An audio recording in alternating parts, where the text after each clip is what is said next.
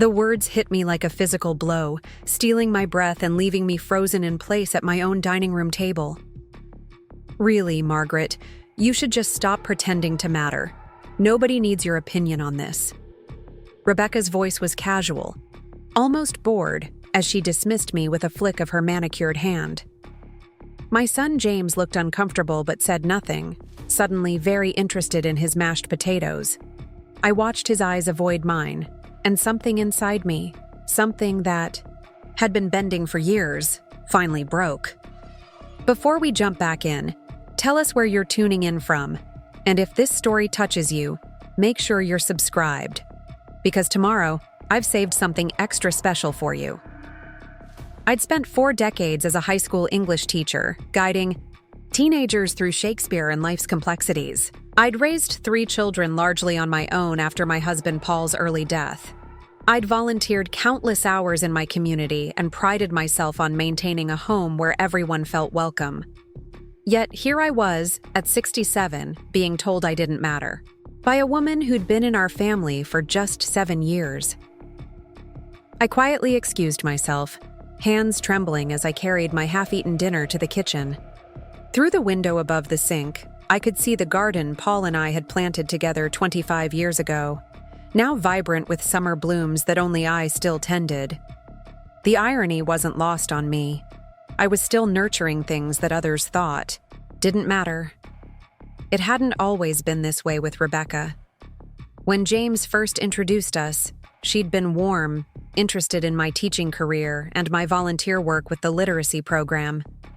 She'd asked for my mother's pie crust recipe and seemed genuinely pleased to be welcomed into our family. The change came gradually, after their wedding, after they moved into the newly renovated Colonial in Meadowbrook Estates, after their first child was born. My name is Margaret Chen, Maggie to friends, retired now from Lakeside High where I taught, for 35 years. My husband Paul died of a heart attack when our youngest, Anna, was just 12, leaving me to finish raising our 3 children on a teacher's salary and his modest life insurance. We weren't wealthy by Meadowbrook standards, but we lived comfortably in the craftsman home Paul had lovingly restored in the older part of town, and I had managed to help all 3 children through college without crushing debt. James, my middle child, had always been ambitious. Even as a boy, he calculated and planned, setting goals and methodically achieving them. I admired his drive while sometimes worrying about what might be sacrificed along the way. When he met Rebecca during his final year of business school, I was hopeful. She was studying architecture, passionate about sustainable design, and spoke of using her skills to improve community spaces in underserved areas. By the time they married 2 years later, something had shifted. The talk of community projects had been replaced by discussions of exclusive developments and high-end renovations. James accepted a position at Meridian Partners, a financial consulting firm known for its aggressive approach and demanding hours. Their wedding, which Rebecca planned with military precision, cost more than what I'd spent on Anna's entire college education. "It's an investment in our future connections," Rebecca explained when I gently questioned the lavishness. "These people will be important to James's career." The implication was clear. Appearances mattered, impressions mattered, social status mattered. Whether I mattered remained to be seen. The early years of their marriage were busy ones. James worked 60-hour weeks climbing the corporate ladder at Meridian. Rebecca established her own boutique architectural firm specializing in luxury renovations. When my first grandchild, Lily, was born, I offered to help 3 days a week so Rebecca could return to her projects. "That's sweet, Margaret," she said, not looking up from her phone. "But we've already arranged for a nanny, someone with proper childcare credentials." The dismissal stung, my decades of motherhood apparently counting for nothing against a 20-something with a certificate. Still, I persisted. I hosted Sunday dinners, remembered birthdays with thoughtful gifts, attended dance recitals and soccer games. I made myself available without being intrusive, loving without demanding love in return. When Ethan was born 3, Years after Lily, I knitted him a blanket with the same pattern I'd used for James, telling Rebecca it was a family tradition. I found it stuffed in a closet months later when I was helping search for a missing toy. The real shift began after my retirement 5 years ago. Without the structure of teaching, I threw myself into community work, particularly the literacy program at Riverside Community Center. I also began traveling, modest trips I'd postponed during my working years, a photography workshop in New Mexico, a literary tour of England, 2 weeks exploring the coast of Maine with my book club friends. "Mom's finding herself?" James joked during one Sunday dinner after I'd shared photos from my Maine trip. "Better late than never." "Or she could find herself helping with Lily's science project," Rebecca muttered, "since she has so much free time now." It became a pattern. Any indication that I was building a life independent of my availability to them was met with passive-aggressive comments. When I mentioned taking a watercolor class on Wednesday evenings, Rebecca immediately asked if I could watch the children that night while they attended a work function. When I spoke about volunteering as a docent at the art museum, James questioned whether I should be taking on new commitments at my age. 3 years ago, I used a portion of my retirement savings to renovate the small lake cottage Paul's parents had left us. It needed significant updates: a new roof, modern plumbing, proper insulation for year-round use. I envisioned it as a gathering place where the family could spend summers together, where my grandchildren could experience the simple pleasures that had shaped their father's childhood.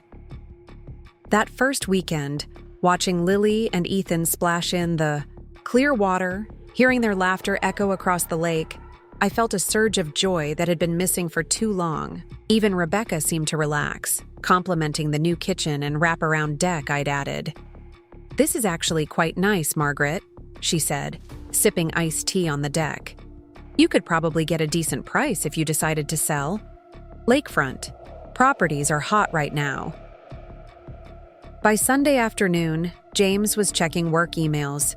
Rebecca was scheduling contractor meetings for the following week. The next weekend, they were too busy to return, and the one after that. The cottage that I'd renovated with such hope sat empty except for the occasional weekend when I invited my book club or fellow retired teachers to join me. I tried not to take it personally. Everyone has their own priorities, their own lives.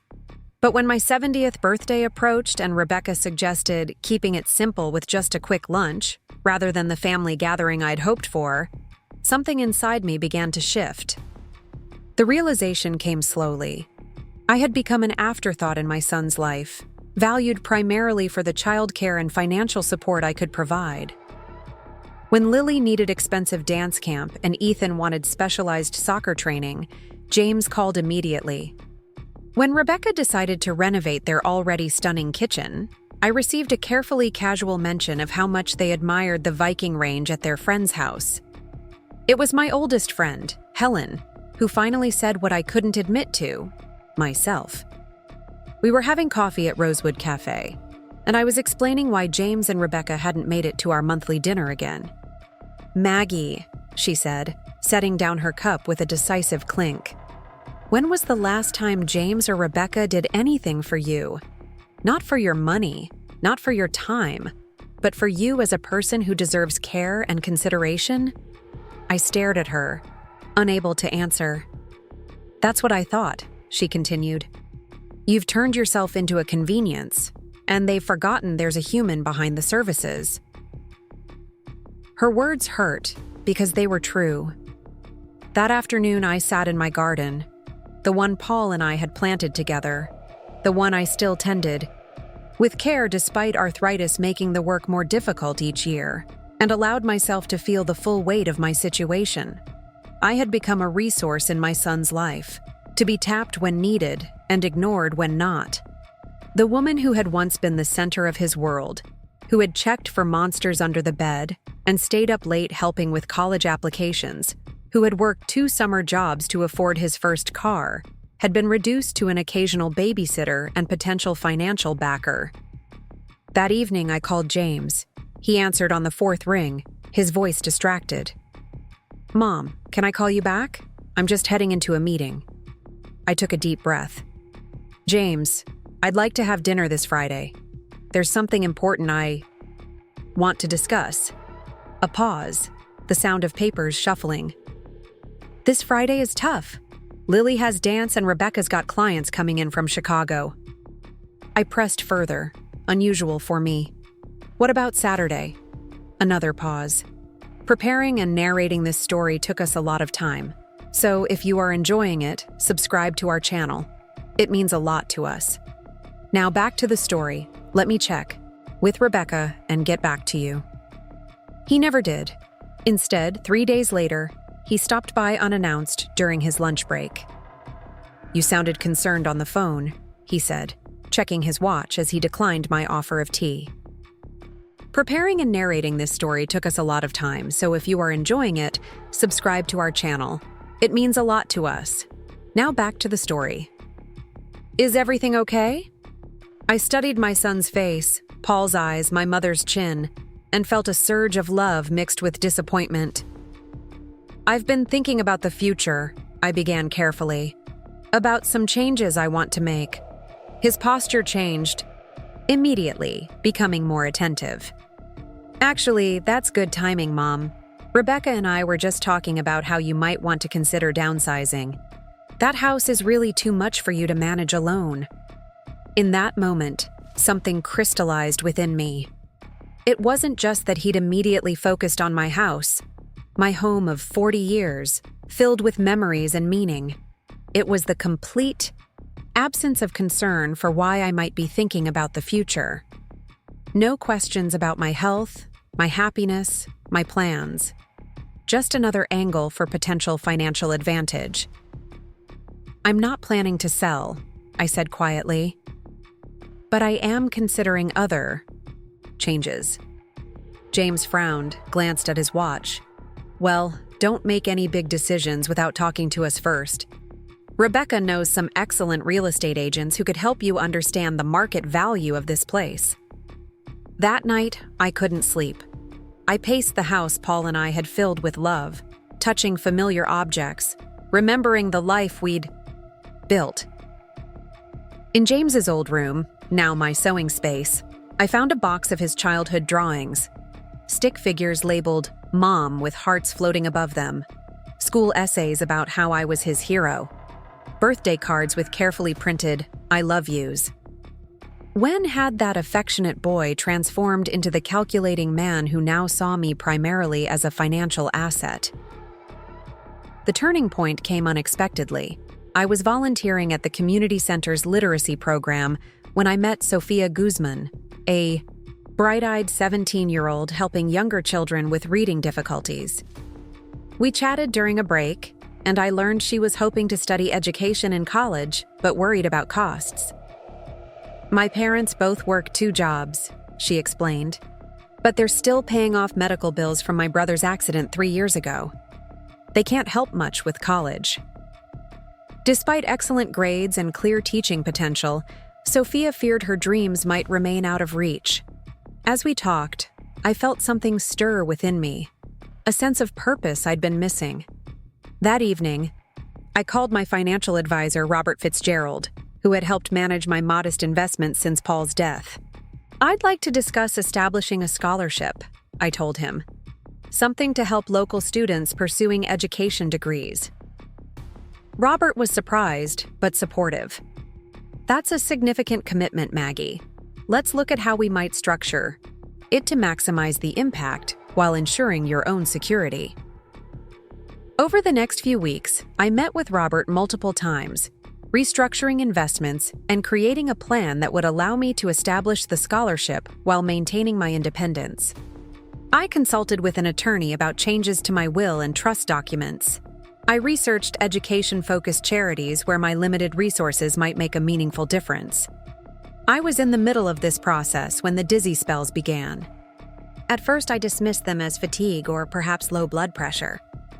But when I nearly fell while teaching an adult literacy class, Helen insisted on driving me to my doctor. Dr. Patel listened carefully to my symptoms, ordered blood work, and then an MRI, just to be safe. The diagnosis came 3 days later. A small acoustic neuroma, a benign tumor on the nerve connecting my ear to my brain. It's not cancerous, Dr. Patel explained gently, but its location is concerning. The dizziness, hearing loss in your right ear. These are early symptoms. Left untreated, it could cause more serious problems. Surgery was recommended, followed by a recovery period of several weeks and possibly radiation therapy depending on whether they could remove all of the tumor. It wasn't immediately life-threatening, but it was serious enough to require prompt attention. I called James from the clinic parking lot, my hands shaking slightly as I held the phone. Despite everything, he was still my son, and some part of me hoped this crisis might awaken something in him, might remind him of the bond we once shared. "They found a tumor," I said, keeping my voice steady. "It's benign, but I need surgery. In 2 weeks. There will be a recovery period afterward." His response was prompt but perfunctory. Offers to research specialists, questions about whether my insurance would cover everything, a promise to keep in touch. Not an offer to drive me to appointments. Not a moment of shared vulnerability. Certainly not a recognition that his mother might need him now more than ever. In the days that followed, it was Helen who drove me to pre-surgical appointments, who sat beside me as Dr. Rossi explained the procedure and its risks, who helped me prepare my home for my return. It was Robert who brought over homemade soup and fresh bread, who made sure my bills were organized for the weeks I'd be hospitalized. It was neighbors and friends from the community center who arranged a schedule for checking my mail and watering my plants. James called once, leaving a voicemail while I was meeting with the anesthesiologist. "Just checking in, Mom. Crazy week at work, but wanted to see how things are going. Call when you can." The night before my surgery, I sat in my garden as the sunset painted the sky in shades of pink and gold. I thought about the journey that had brought me here, the joy of raising my children, the partnership with Paul, the slow erosion of the bond I'd once thought unbreakable with James. I wasn't angry anymore, just sad for what had been lost, and increasingly clear-eyed about what remained. The scholarship foundation had been established. The trust documents were signed and notarized. My new estate plan reflected not bitterness, but reality, allocating my assets to those who had shown genuine care and to causes that would make a meaningful difference. The morning of my surgery arrived with a gentle rain tapping against my bedroom window. Helen came at 6 to drive me to Riverside Memorial, helping me pack the overnight bag I'd prepared with careful attention to small comforts. My softest nightgown, lavender hand cream, the well-worn paperback I'd been reading. In the car, I checked my phone one last time. No messages from James.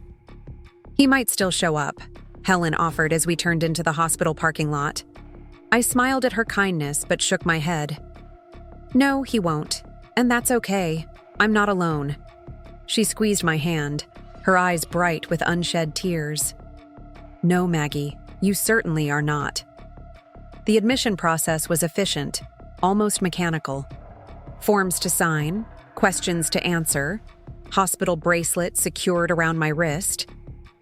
Dr. Rossi stopped by as I was changing into the gown, his manner professional but kind.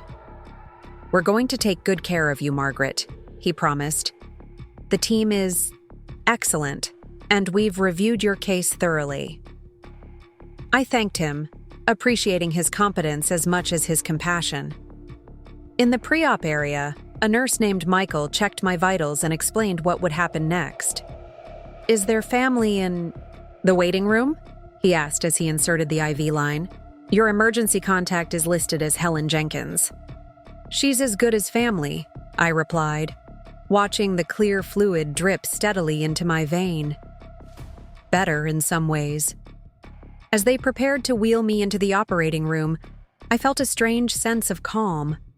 Whatever happened now, whether I emerged from this surgery to face recovery or slipped away to join Paul in whatever comes after this life, I had reclaimed my dignity.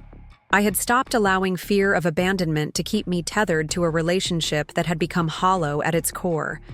The last thing I remember before the anesthesia took effect was thinking not of James or Rebecca, but of Sofia Guzman, whose education would now be fully funded through the scholarship I had established.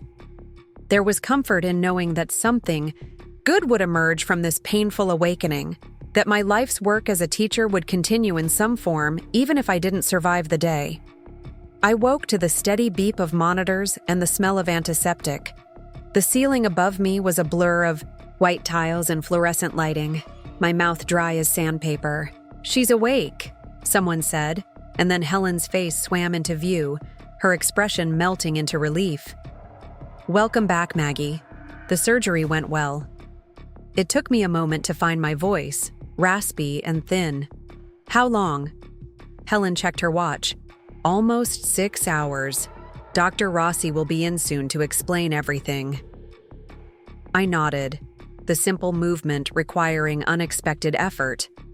Through the fog of anesthesia, I remembered why I was here, what they had found, and who wasn't waiting for me to wake up. Helen, ever perceptive, squeezed my hand. "I called James twice while you were in surgery, left messages both times." The unspoken reality hung between us. He hadn't come, hadn't called back. Even with his mother undergoing brain surgery, my son couldn't break away from his carefully constructed life to sit in a waiting room for a few hours. "It's okay," I whispered, though we both knew it wasn't.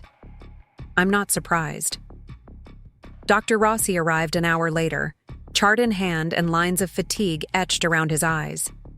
He pulled up, a chair beside my bed, his expression serious but not grim. "The surgery was successful, Margaret. We removed the tumor completely. Your balance and hearing on the right side may be affected temporarily, possibly permanently to some degree, but we won't know the full extent until you've had time to recover." I processed his words slowly. "So, I'm not dying?" Dr. Rossi smiled, some of the tension leaving his shoulders. "Not if I have anything to say about it. The recovery won't be easy. You'll need physical therapy, plenty of rest, and support at home. But the prognosis is excellent." Helen clapped her hands together softly, tears springing to her eyes. "That's wonderful news." I felt a curious mixture of relief and something else, something like disappointment, though that wasn't quite right. Perhaps it was simply the realization that I would have to live with the consequences of the choices I'd made, including the changes to my will. There would be no easy escape from the difficult conversations that lay ahead. The first 48 hours after surgery passed in a blur of pain medication, vital checks, and brief fitful sleep. Helen came every day, bringing fresh flowers for the windowsill and updates from the outside world. My neighbor Robert stopped by with more homemade soup, though the nurses insisted it stay refrigerated until I could handle solid food again. On the third day, as I was attempting my first slow walk around the hospital floor with a nurse's assistance, my phone lit up with a text message from James. "Mom, hope you're recovering well. Sorry I haven't been by. Massive deadline at work. We'll try to visit this weekend." No question about how the surgery had gone. No offer of help. Just a vague promise that might or might not be kept depending on what else came up in his busy schedule. That evening, as I picked at the bland hospital dinner, I found myself thinking about James as a child, how he would run to me with skinned knees or triumphant report cards, seeking comfort or celebration. How his face would light up when I arrived at school events, his small hand waving frantically to make sure I saw him in the crowd. When had that eager, loving boy become this distant, preoccupied man? Was it my fault somehow? Had I spoiled him, making his path too easy, removing obstacles that might have built character? Or was it simply the natural course of things? Children grow up, build their own lives, and sometimes those lives have little room for aging parents. The questions circled in my mind as night settled over the hospital, bringing no answers, only a deepening certainty that something fundamental had to change. On the 5th day, Dr. Rossi signed my discharge papers, reviewing my at-home care instructions with both Helen and me. "You'll need help for at least the first 2 weeks," he explained, "especially with transportation since you can't drive until your balance improves and the dizziness subsides. After that, you can gradually resume normal activities, but nothing strenuous for 6 weeks." Helen nodded, taking detailed notes. "I've got it covered. We've worked out a schedule with friends from the community center and the book club to help with meals and transportation." Dr. Rossi smiled approvingly. "Good. Strong support systems make a significant difference in recovery outcomes." I thought about James, about the support system I should have had but didn't. About the fact that he still hadn't visited, still hadn't called directly. Just that one text message as if checking a box on a to-do list. I wondered what Dr. Rossi would think if he knew. If he would judge me for raising a son who could be so indifferent to his mother's suffering. But perhaps he had seen it all before. Families fractured by expectations and disappointments, love transformed into obligation, and then into something even less substantial. Helen's compact sedan wasn't the most comfortable ride for someone with fresh surgical incisions, but she drove with exaggerated care, slowing for every bump and pothole on the route back to my neighborhood. We had just turned onto Maple Street when she cleared her throat awkwardly. "Maggie, I should mention there's a car in your driveway. Looks like James's BMW." My heart gave a strange little lurch, hope mingled with apprehension. "He didn't mention he was coming." Helen's expression was carefully neutral. "Maybe he wanted to surprise you," but her tone suggested she wasn't convinced of James's motives. And honestly, neither was I. As we pulled into the driveway, I saw that James wasn't alone. Rebecca sat on the front porch swing, scrolling through her phone, while Lily and Ethan played half-heartedly with a tablet on the steps. None of them looked up until Helen honked lightly to announce our arrival. "Grandma!" Ethan was the first to react, pocketing the tablet and hurrying toward the car. At 10, he was all long limbs and boundless energy, the least affected by his parents' social aspirations. He reached for the door handle, then hesitated, suddenly aware of my condition. "Can I hug you? Dad said we have to be careful." I smiled, genuinely warmed by his concern. "A gentle hug is just what the doctor ordered." He embraced me with exaggerated gentleness, and I breathed in the scent of grass and sunshine that seemed to follow him everywhere. Lily approached more cautiously, offering an awkward wave. "Hey, Grandma. Glad you're okay." At 13, she was already adopting her mother's mannerisms, her genuine warmth increasingly hidden beneath a veneer of studied nonchalance. James and Rebecca had made their way down the porch steps by now. James carrying a small bouquet of store-bought flowers, Rebecca wearing the tight smile she reserved for obligatory social functions. "Mom," James said, leaning in for a brief, careful hug. "You look good." It was an obvious lie. I was pale, gaunt, moving with the deliberate slowness of the recently wounded, with half my hair shaved and a visible incision. But I accepted it with a nod. "It's nice to see you all," I said, including Rebecca in my glance. She stepped forward, air kissing near my cheek. "We wanted to be here when you got home, to make sure you had everything you needed." The words were right, but the tone was wrong. Practiced rather than genuine. A social performance rather than a heartfelt concern. Helen helped me inside, James carrying my small suitcase, the children trailing behind with varying degrees of interest. The house felt different somehow. Too organized, too pristine. "We had a cleaning service come through," Rebecca explained, noticing my puzzled expression. "Couldn't have you coming home to dust and disorder after surgery." I bit back the retort that rose automatically to my lips, that my house had been immaculately maintained. That disorder was hardly a fair description of the home I had kept with pride for decades. Instead, I thanked her politely, reminding myself that in their world, hiring strangers to clean was a gesture of care. not an implied criticism. Helen settled me on the living room sofa, arranging pillows to support my tender head and neck. "Tea?" she asked, already moving toward the kitchen. "That would be lovely," I replied, then turned to James. "Thank you for coming. It means a lot." He nodded, setting the flowers on the coffee table. "Of course, Mom. Family first, right?" The phrase hit me with unexpected force. Family first. Something Paul and I had repeated throughout his childhood. A core value we had tried to instill through both words and actions. But it had become just that for James. A phrase emptied of meaning, trotted out when convenient. We made small talk. As Helen prepared tea, the children's summer activities, James's upcoming business trip, Rebecca's latest design project. No one mentioned surgical details or my prognosis, as if the medical reality was too uncomfortable to acknowledge directly.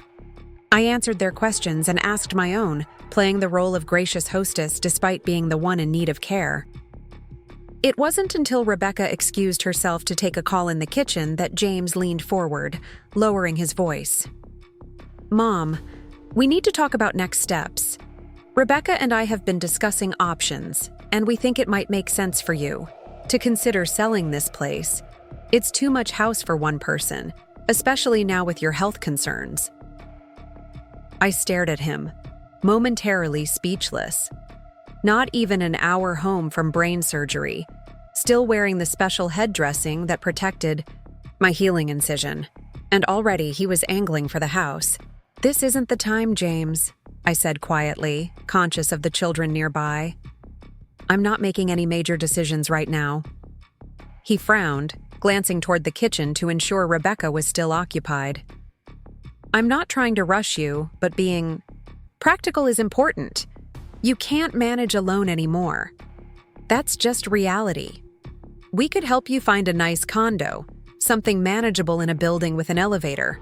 Or there are those upscale assisted living communities near Lakeside." "I'm not going to assisted living," I said, my voice sharper than intended. I had a benign tumor removed, not a personality transplant, and I'm not alone. Helen and Robert and the community center group have arranged a care schedule.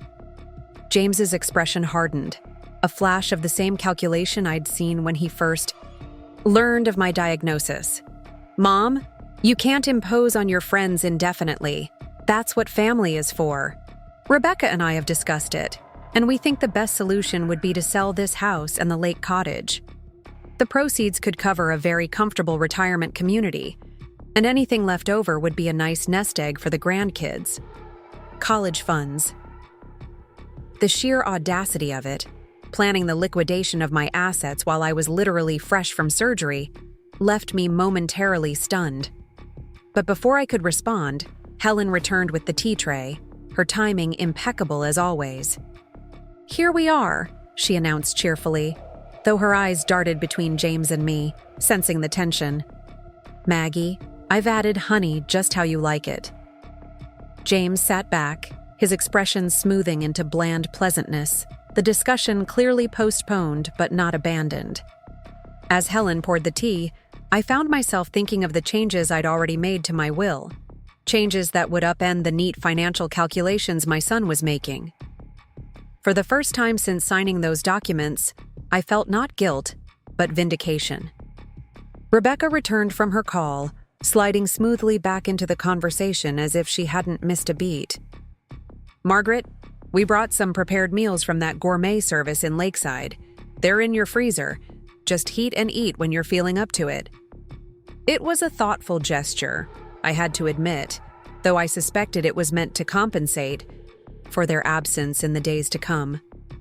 "Thank you," I said sincerely. "That will be helpful." Ethan perked up suddenly, as if remembering something important. "Oh, and I brought you something, Grandma." He dug through his backpack, producing a slightly crumpled handmade card decorated with Star Wars stickers and careful block printing. "I made it myself," he explained, handing it to me. "Ms. Wilson helped me with the spelling." I opened the card carefully, touched by the simple message inside. "Get well soon, Grandma. I love you lots and lots. Love, Ethan. Tears pricked at my eyes unexpectedly. It's beautiful, sweetheart. Thank you. This was the genuine article, not calculated, not performed, just a grandson's affection expressed through stickers and carefully formed letters. I looked at Ethan's hopeful face and felt a renewed pang of grief for the relationship I'd lost with James. How had I raised such a loving child, only to see that capacity for love seem to wither in adulthood?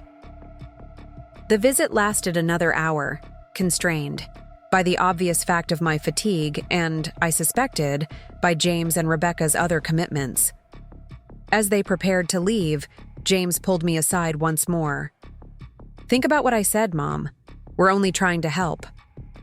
I looked at my son, Paul's eyes in a stranger's face, and felt a complex wave of emotion, love and disappointment, anger and understanding.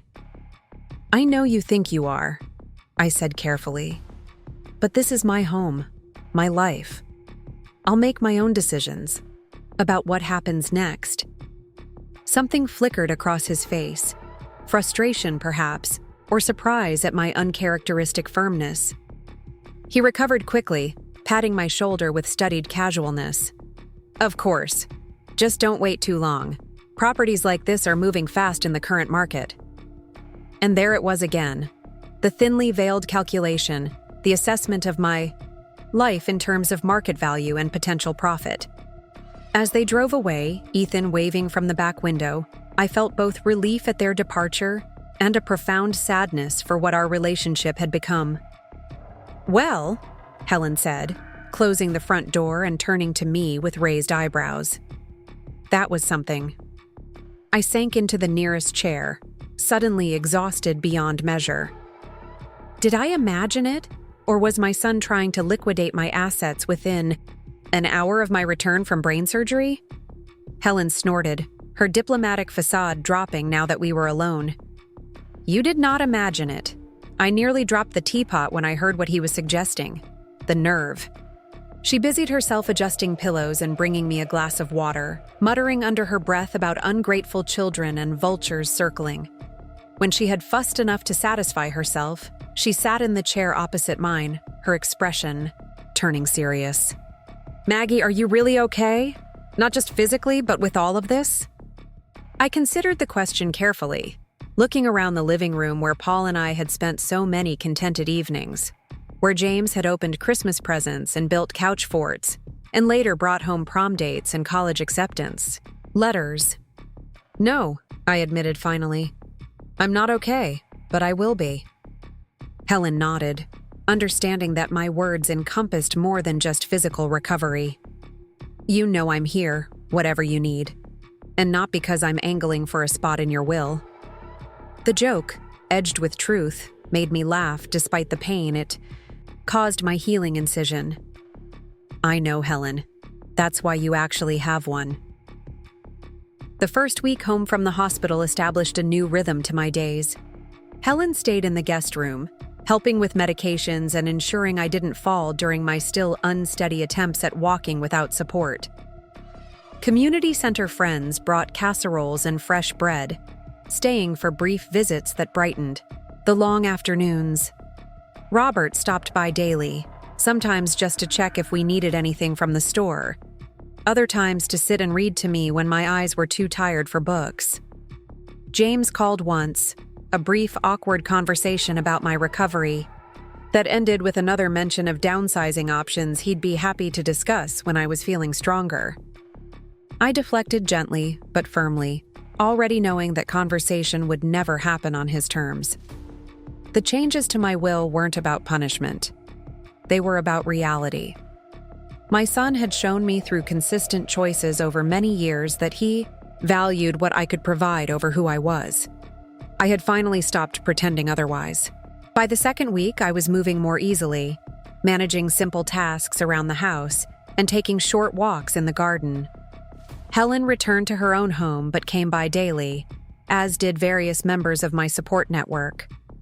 I began sorting through old photographs in the evenings, not out of morbid preparation for death, but as a way of reconnecting with my own history, reminding myself of the full life I had lived beyond my role as James's mother. There were pictures from before he was born. Paul and me on our honeymoon in Vermont, laughing as we tried cross-country skiing for the first time. My first day at Lakeside High, nervous but determined in a new tweed blazer. Weekends with friends. At the lake before we'd inherited the cottage, young and carefree with our whole lives ahead of us. I rediscovered the person I had been, passionate about literature, fiercely independent, full of my own dreams and desires, before motherhood had gradually reshaped my identity around my children's needs and wants. It was liberating to remember that Margaret Chen existed before and beyond James's mom. It was during this period of reflection that I received an unexpected call from Samuel Lockwood, my attorney. "Margaret," he said, his tone carefully professional. "I wanted to give you a heads up. James came to my office yesterday asking about your will and estate planning." I sat up straighter, wincing slightly at the pull on my healing incision. What did he want to know? "Everything," Samuel replied dryly. "Your current will provisions, any recent changes, details about trusts or accounts." He presented it as concern for your welfare following your surgery, but it was fairly transparent. I closed my eyes briefly, unsurprised but still disappointed. "What did you tell him?" "Only what I'm ethically obligated to disclose, which at this point is virtually nothing." I explained that client confidentiality prevents me from discussing your affairs without your explicit permission. He was persistent. The pause spoke volumes. "I'm sure he was," I said, imagining James's smooth attempts at persuasion turning increasingly frustrated when they failed to yield results. "Did he mention that he's been encouraging me to sell my properties?" Samuel made a sound between a sigh and a snort. "He did, in fact. Suggested that you might not be of sound mind to manage your affairs given your health situation." My fingers tightened around the phone. "Did he really?"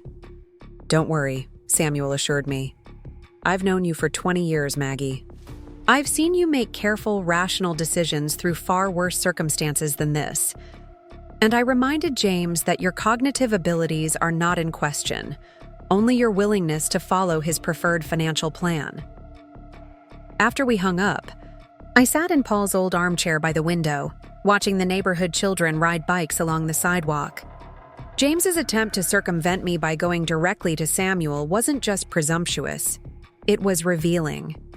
He wasn't concerned about my welfare. He was concerned about his inheritance. The realization should have hurt, but instead I felt a curious sense of clarity, as if a fog had finally lifted. For years, I had made excuses for James's behavior, attributing his growing distance and financial focus to stress, to Rebecca's influence, to the natural evolution of our relationship as he built his own family. I had shouldered the blame, wondering what I had done wrong as a mother to create this dynamic. But sitting there in the fading afternoon light, I understood that James's choices were his own. I had given him every advantage, every opportunity to develop into a compassionate, generous person. That he had chosen a different path wasn't my failure. It was his. 3 days later, as I was reviewing some paperwork from the hospital's billing department, my doorbell rang. To my surprise, it was Lily standing on the porch, backpack slung over one shoulder, shifting nervously from foot to foot. "Grandma," she said when I opened the door. "Can I come in? I need to talk to you." I ushered her inside, concerned by her unusual appearance on a school day. "Is everything all right, sweetheart? Do your parents know you're here?" She shook her head, dropping onto the couch with the dramatic flair only teenagers can truly master. "No, and I don't care. They're being awful, Grandma. Just awful." I sat beside her, careful not to press too quickly. At 13, Lily was navigating the complicated territory between child and young adult, her emotions often intense and mercurial. "What happened?" I asked gently.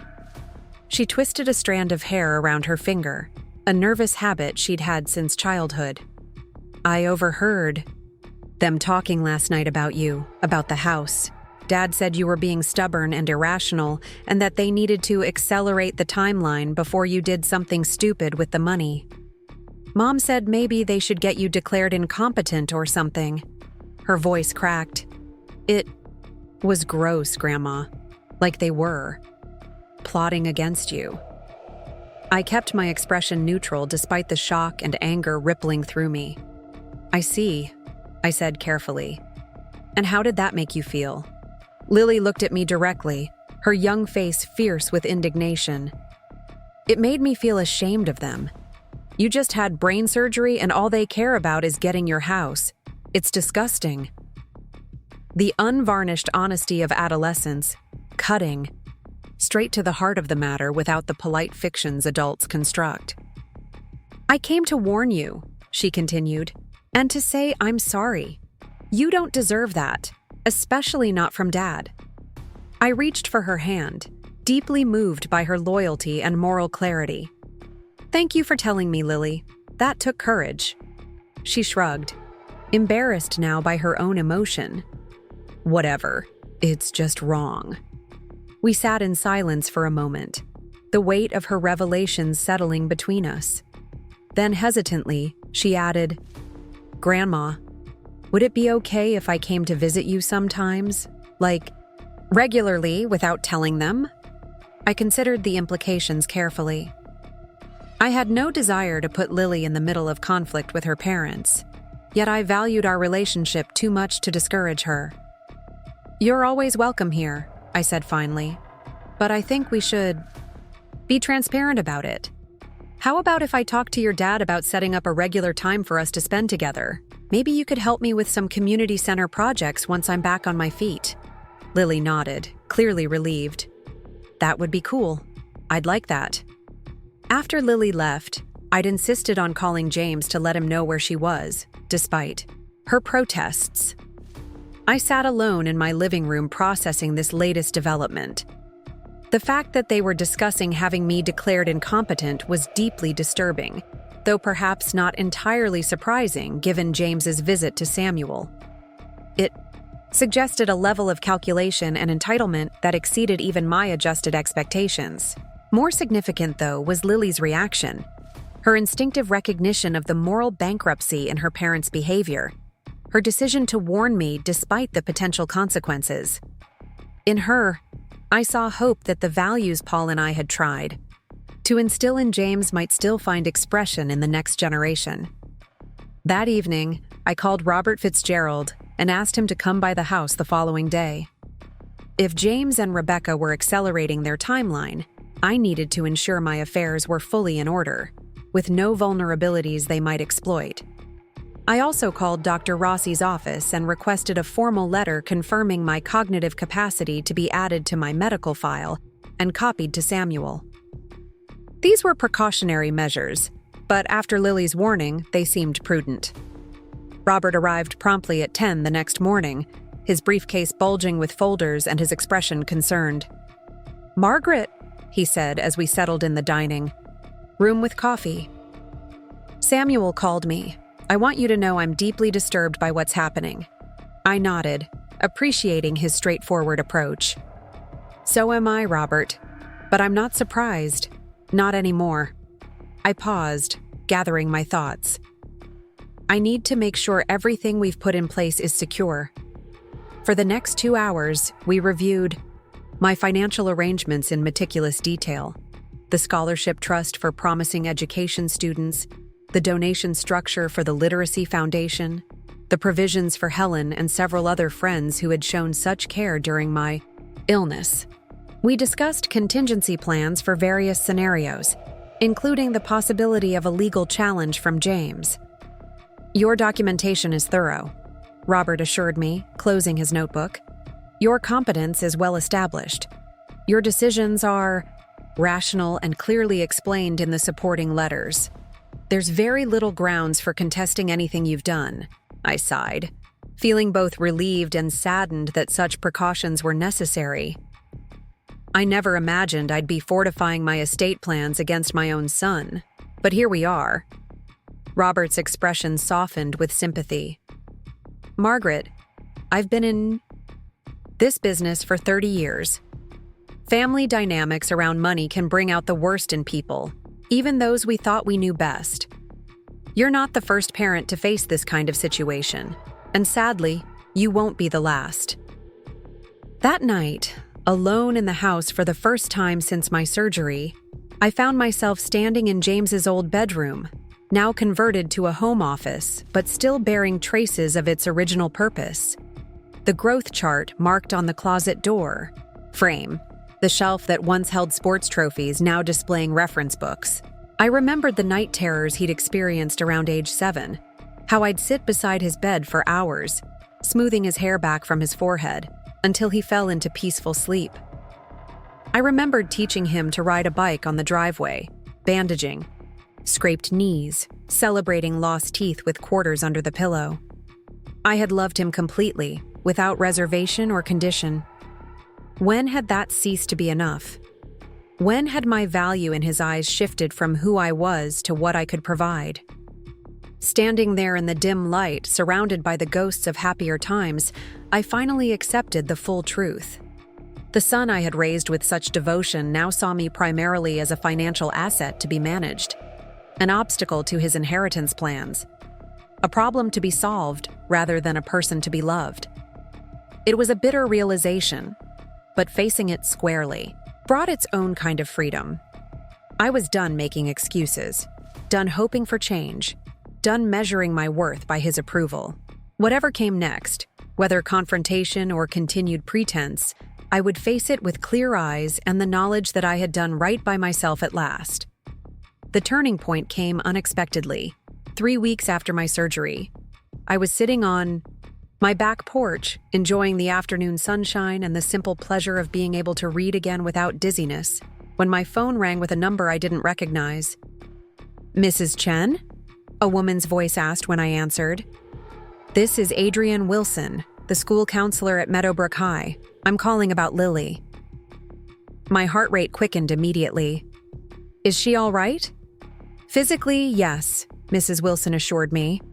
"But we've had an incident today. Lily was supposed to give a presentation in her English class, a personal essay about someone who inspires them. When it was her turn, she read an essay about you and the scholarship foundation you've established." I was touched but confused about why this warranted a call from the school counselor.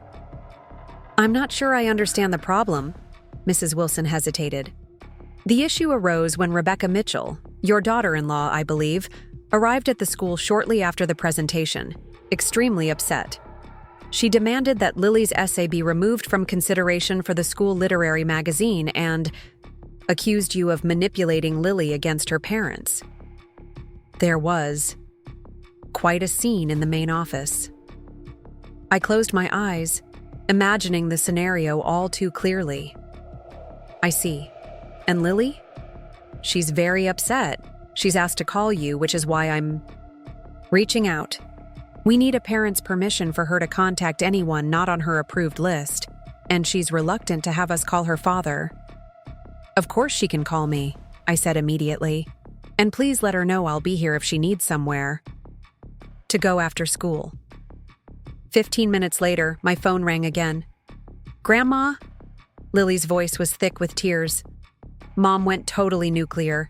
She came to school and started screaming at Ms. Jameson about how I was being manipulated and needed to redo my project.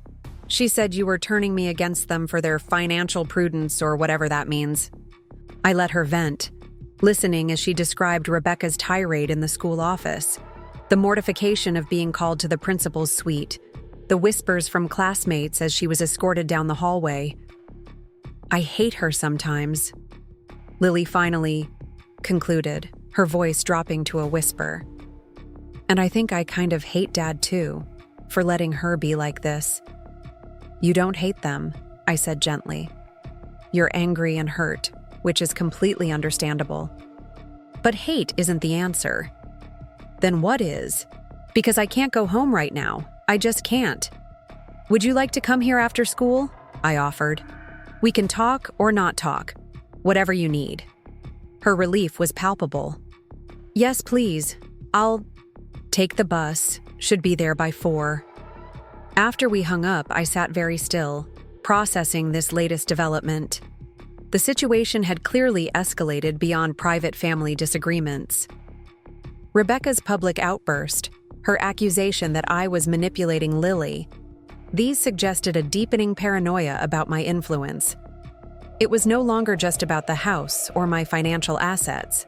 It was about control, about narrative, about who would be seen as the villain in the family story. I had wanted to avoid putting Lily in the middle of adult conflicts, but it seemed events had overtaken my good intentions. Now I could only try to provide a safe harbor in the storm, a place where she could sort through her feelings without additional pressure. At precisely 4 o'clock, Lily arrived, her face streaked with dried tears, her posture slumped with emotional exhaustion. I opened my arms, and she walked straight into them, clinging to me with a desperation that broke my heart. "It's going to be okay," I murmured, stroking her hair. "Not right away, maybe, but eventually." She pulled back, wiping roughly at her eyes. "You didn't read my essay." "No," I confirmed. "Mrs. Wilson just told me it was about me and the scholarship." Lily nodded, digging through her backpack to produce a slightly crumpled paper. "Here. I want you to have it."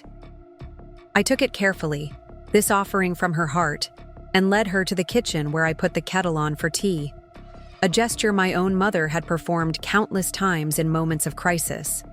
The quiet ritual creating space for difficult conversations. "Do you want to talk about what happened?" I asked as I set mugs on the table. "Or would you rather have some quiet time first?" Lily traced patterns on the wooden tabletop with her fingertip. "I just don't understand them, Grandma. Why are they so obsessed with your money? We have a huge house and fancy cars and go on expensive vacations. It's not like we need more stuff." It was the fundamental question at the heart of the whole mess, asked with the piercing clarity of youth. "I don't know," I admitted. "Sometimes people get caught up in the idea that they never have quite enough, that security means always accumulating more. They lose sight of what really matters." "Like relationships," Lily supplied. "Like being decent human beings." I smiled despite the heaviness of the moment.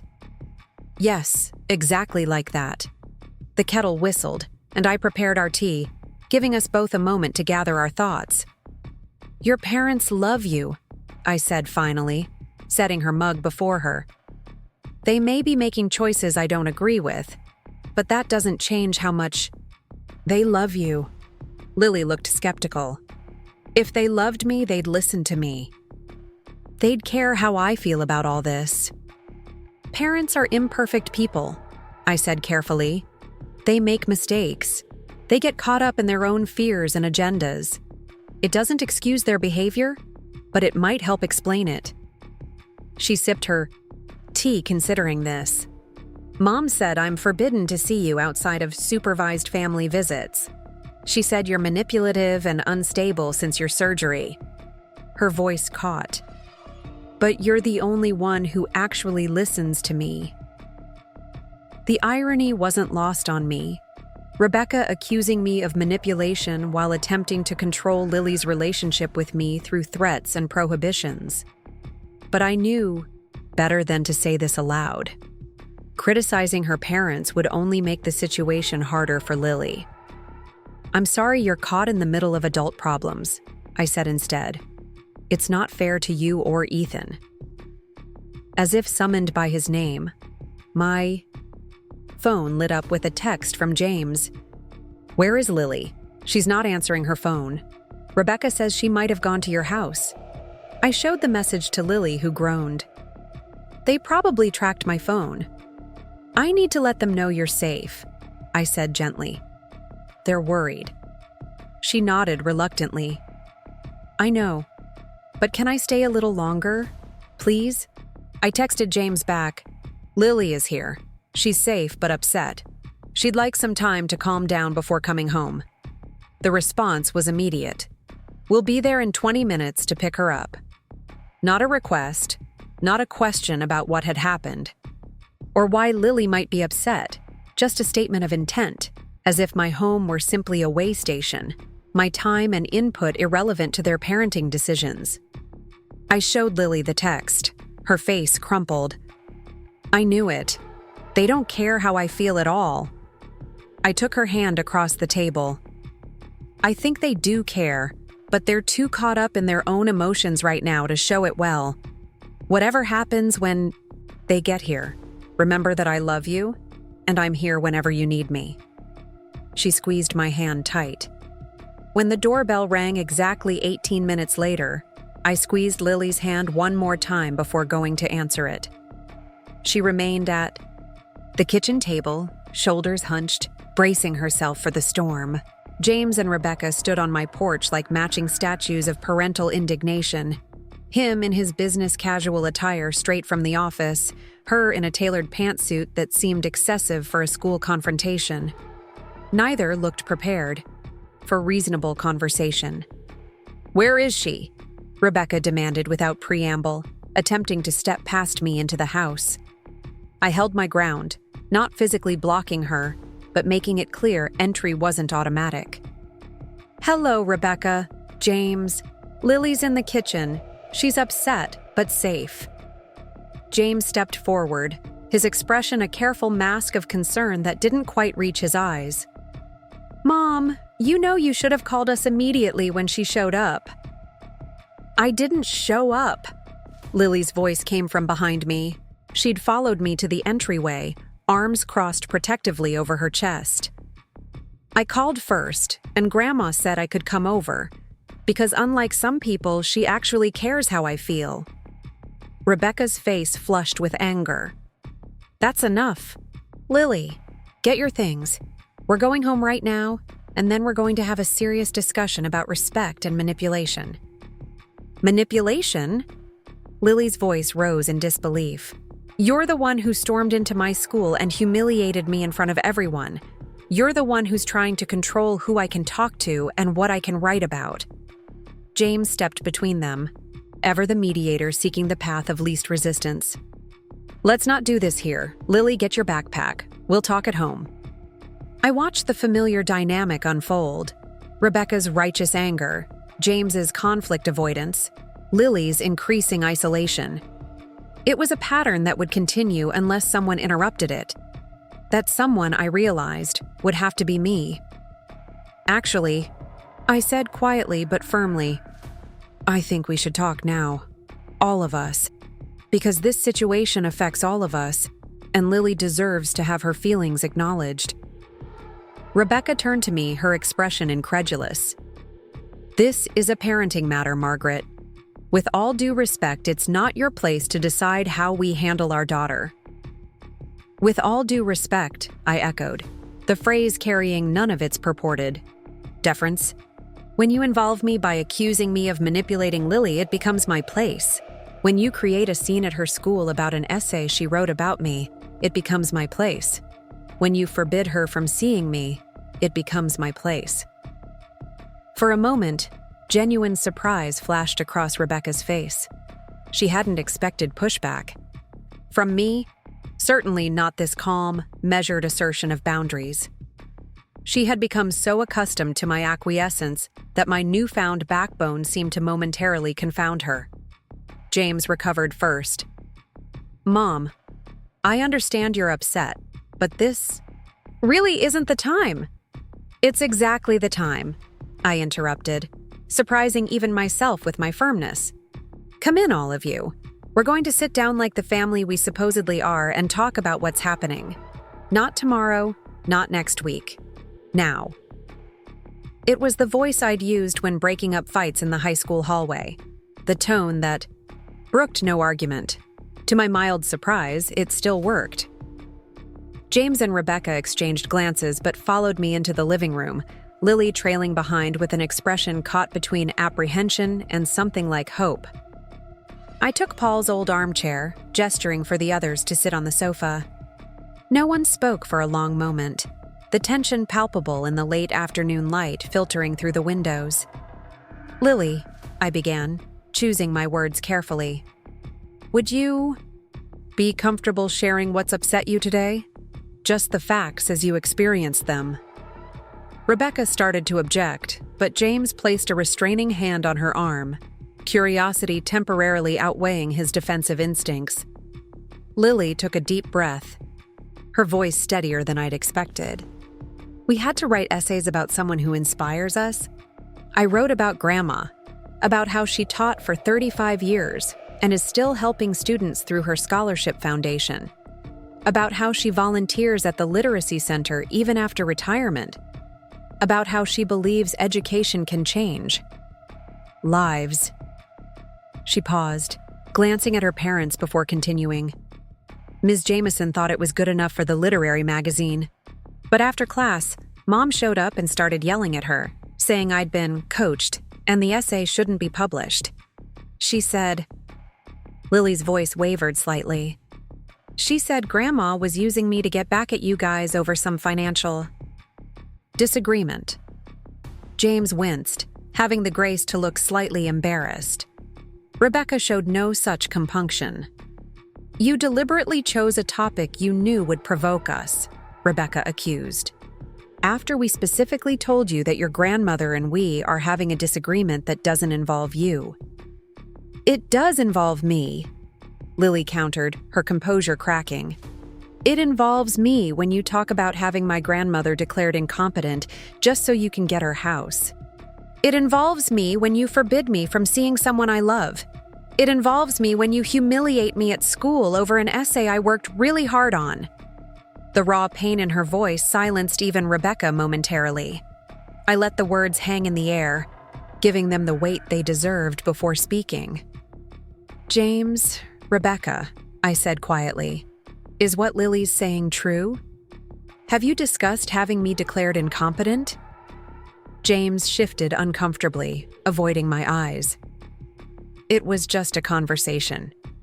Mom, a theoretical discussion of options if your condition worsened. Lily obviously misunderstood. I didn't misunderstand anything, Lily insisted. You said, and I quote, if she won't listen to reason about the properties, we might need to consider more formal measures. And Mom said there are legal remedies when elderly people make irrational decisions. The precision of her recall left no room for denial. I looked at my son, searching his face for any hint of the compassionate boy I'd raised. What I saw instead was a man cornered, calculating his best escape. You have to understand, Mom, he began, his voice taking on the placating tone he used. For difficult clients, we're concerned about your welfare. The surgery, the risks of living alone. We're thinking about what's best for you. No, I said simply. You're not. The directness of my response seemed to startle him. What? You're not thinking about what's best for me? You're thinking about what's most convenient and financially advantageous for you. Those are not the same thing. Rebecca made a sound of exasperation. This is exactly why we're concerned, James. These paranoid accusations, this turning Lily against us, it's not rational behavior. I turned to face her directly, no longer willing to be dismissed or pathologized. Rebecca, when have I ever done or said anything to turn Lily against you? She formed her own opinions based on what she observed in her own home. Conversations you weren't careful enough to keep private. That's not manipulation. That's the consequence of your own actions. Rebecca's face flushed with indignation. How dare you question our parenting? After everything we've done for you. This time I couldn't help but laugh, the sound startling, in the tense room. Everything you've done for me? Please enlighten me. What exactly have you done for me, Rebecca? The question hung in the air, unanswerable because we all knew the truth. In the years since she'd joined our family, Rebecca had done precisely nothing for me that wasn't ultimately self-serving or obligatory. James attempted to salvage the deteriorating situation. Mom, this isn't productive. We're all upset, and things are being said that we might regret.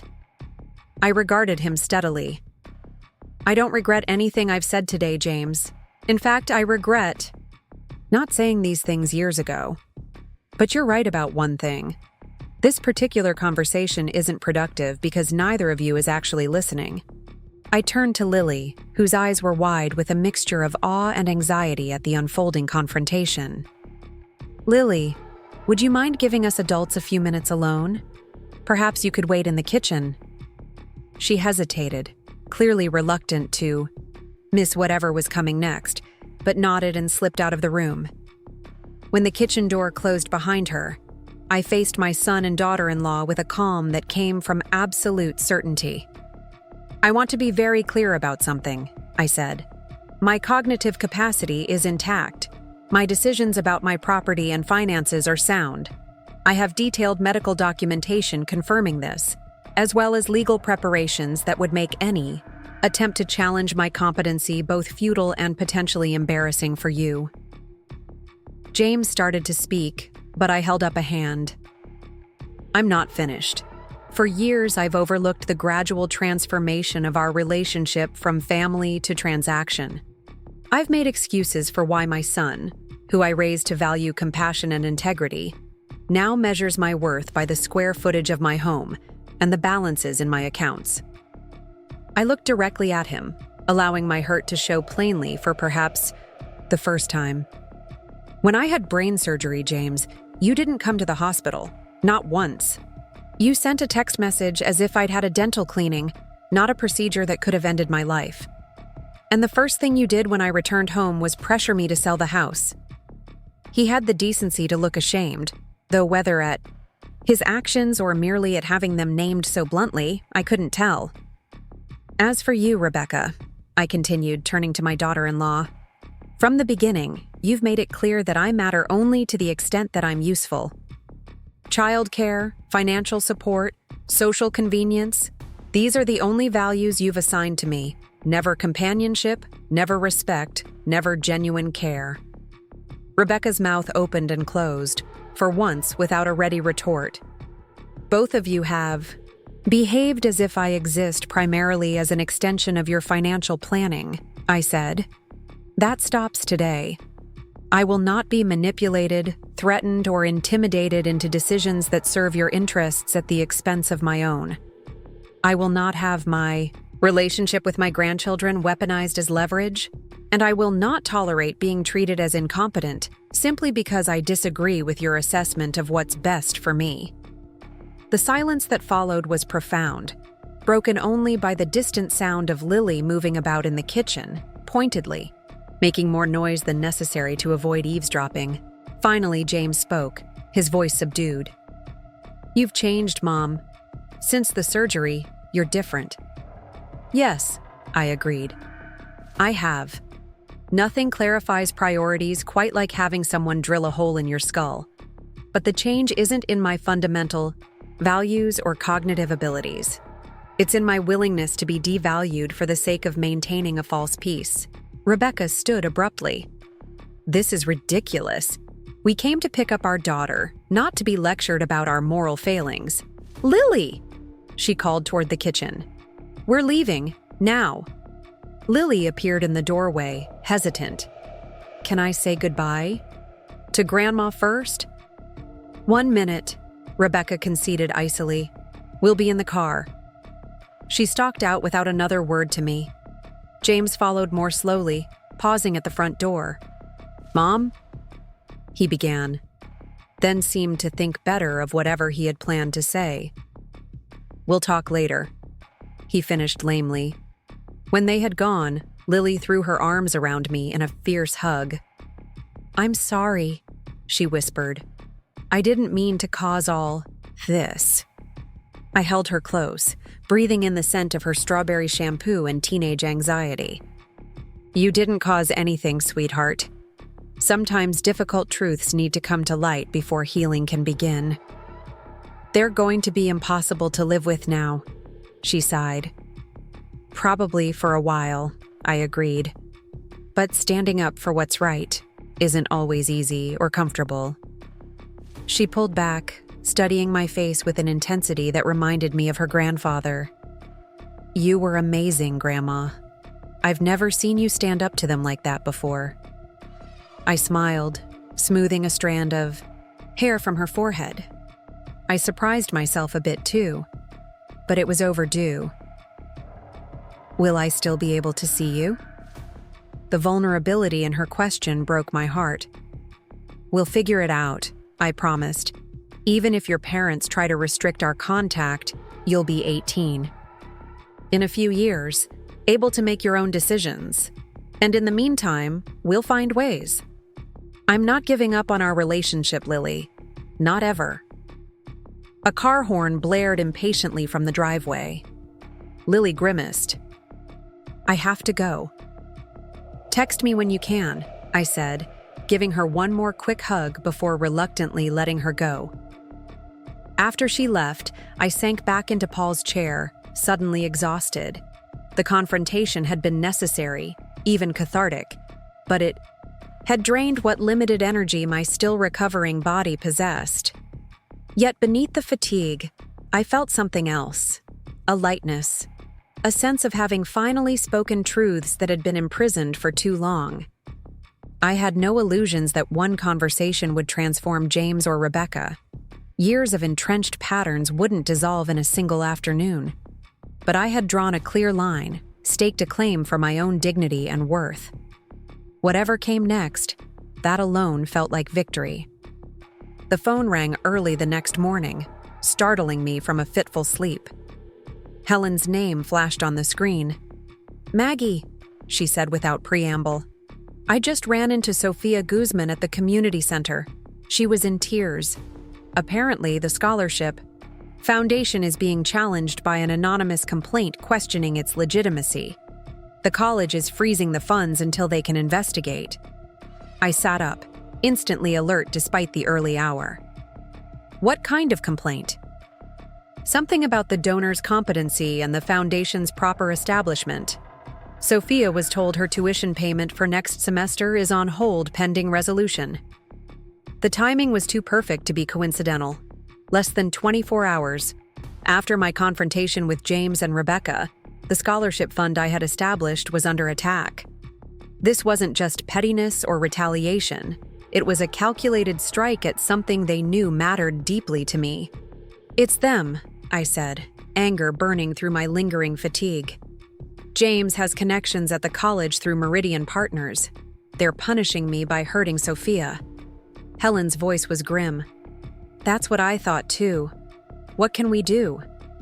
"Call Samuel," I said decisively. "I'll contact Robert. We need to get ahead of this immediately." The next 3 days passed in a blur of phone calls, emails, and hastily arranged meetings. Samuel worked tirelessly to provide the college with documentation proving my competency and the proper establishment of the foundation.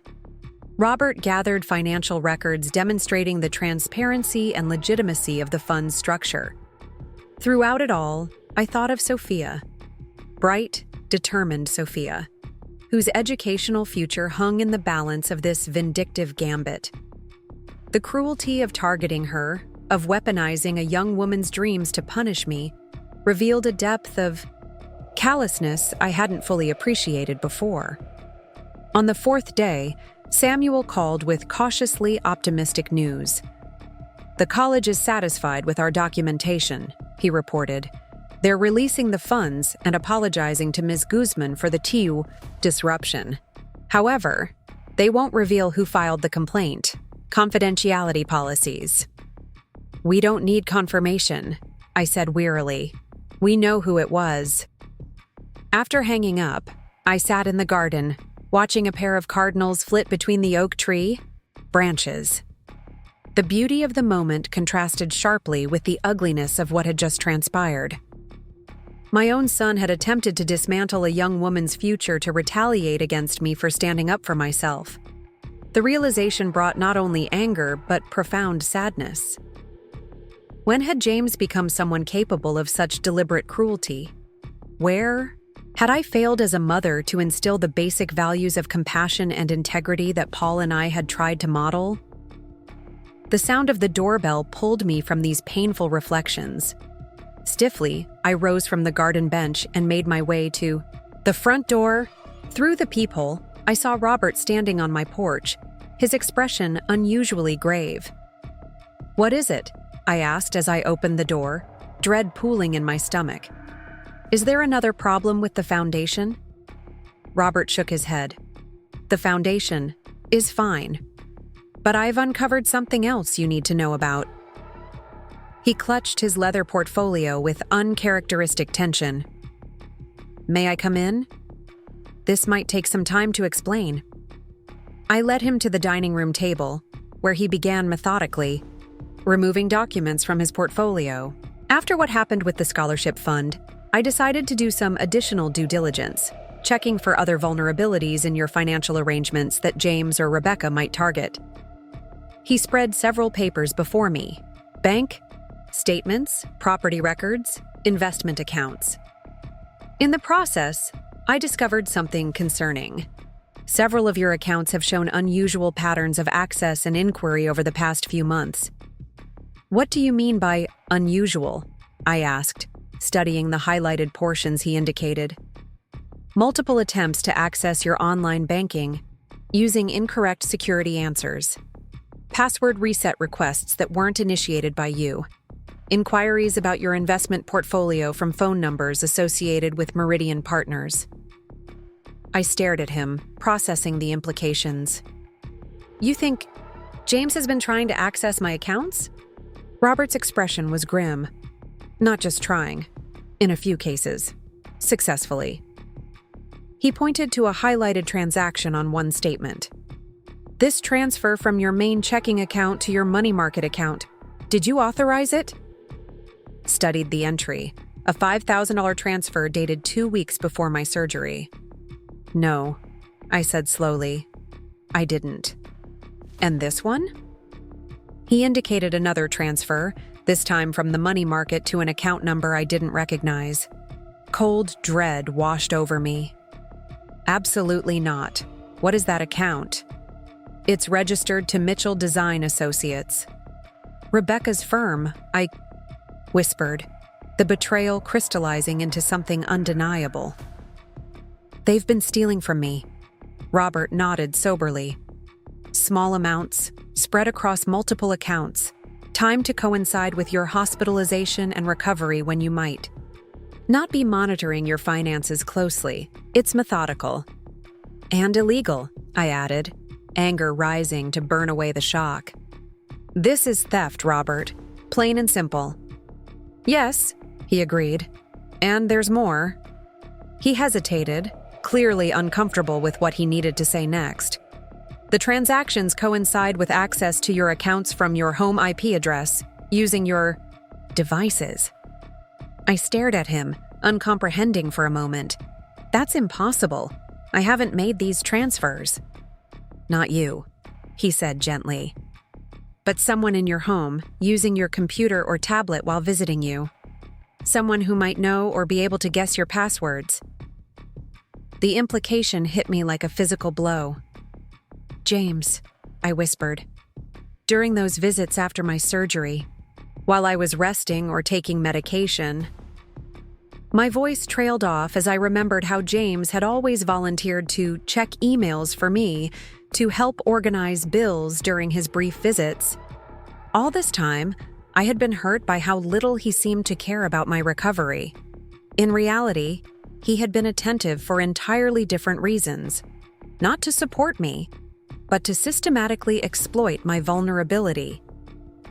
Robert allowed me a moment to absorb this devastating revelation before continuing. "I've documented everything. The unauthorized access, the transactions, the timing. You have options, Margaret. Legal options." The word hung in the air between us. Legal, as in police, criminal charges, public exposure. My own son. "I need time to think," I said finally, "to decide what to do with this information." Robert nodded, gathering the documents into a neat folder which he placed before me. "Of course. But I recommend acting sooner rather than later. There's no telling what other attempts they might make, especially now that you've directly confronted them." After he left, I sat motionless at the dining room table, the folder like a live grenade before me. The evidence was clear, the betrayal profound.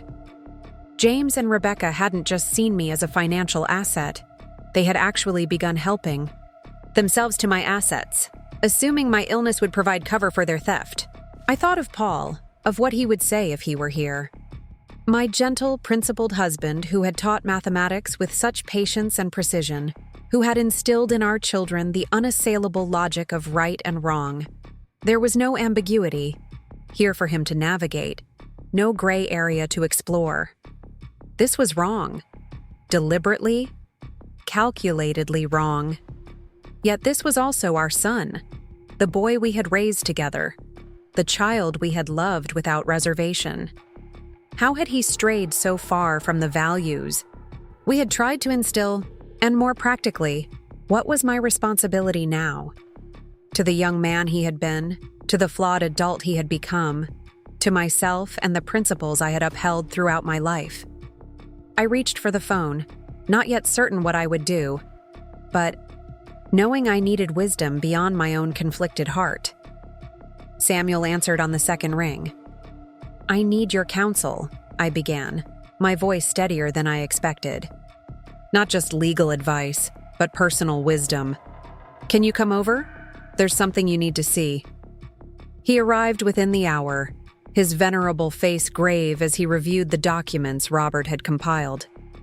Unlike Robert, whose professional demeanor had maintained a certain detachment, Samuel's expressions shifted openly between shock, anger, and profound sadness as he absorbed the extent of what James and Rebecca had done. "First," he said finally, setting the folder aside, "we need to secure your accounts immediately. Change all passwords, security questions, everything. I'll call the banks personally to flag the accounts for heightened security protocols and dispute the fraudulent transfers."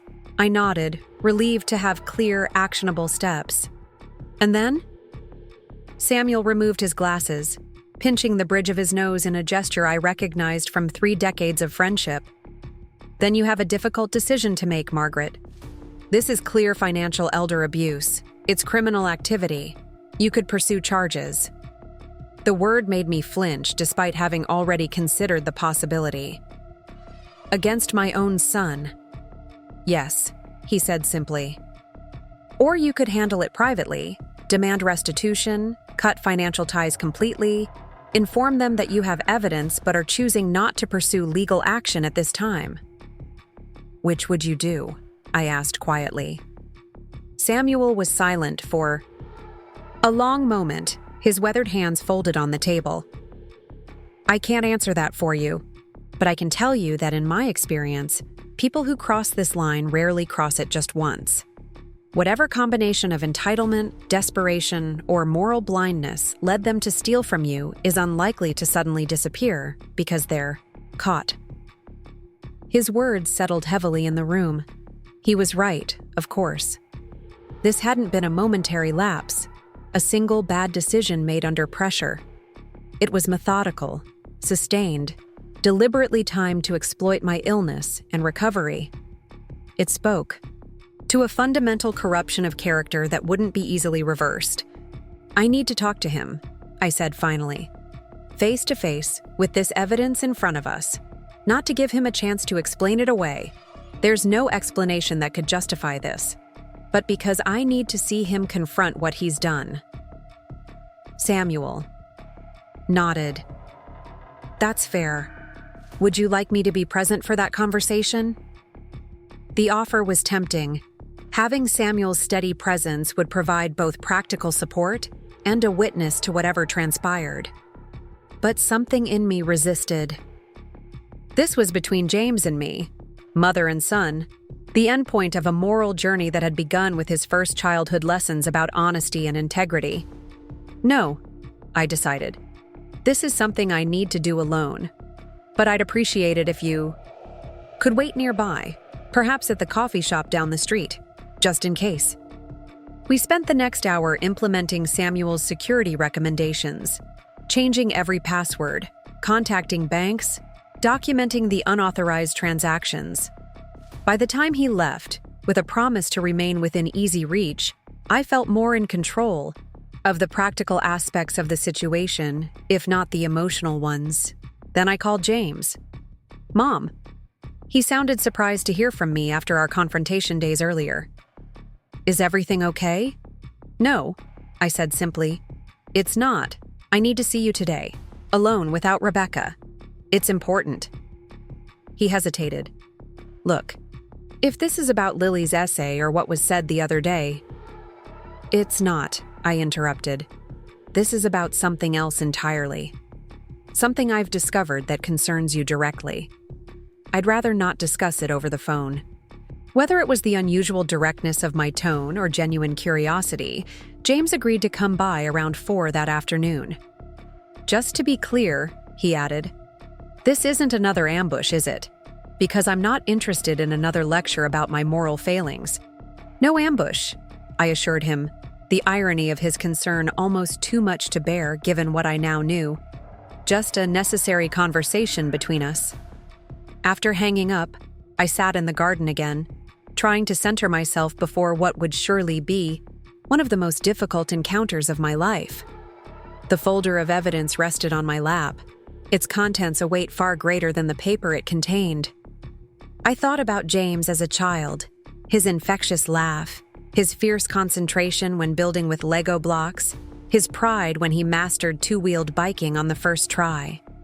I remembered him at 16, working weekends at the grocery store, to save for his first car even though Paul and I had offered to help. I recalled his face on his wedding day, so full of hope and promise as he looked at Rebecca. Where had that person gone?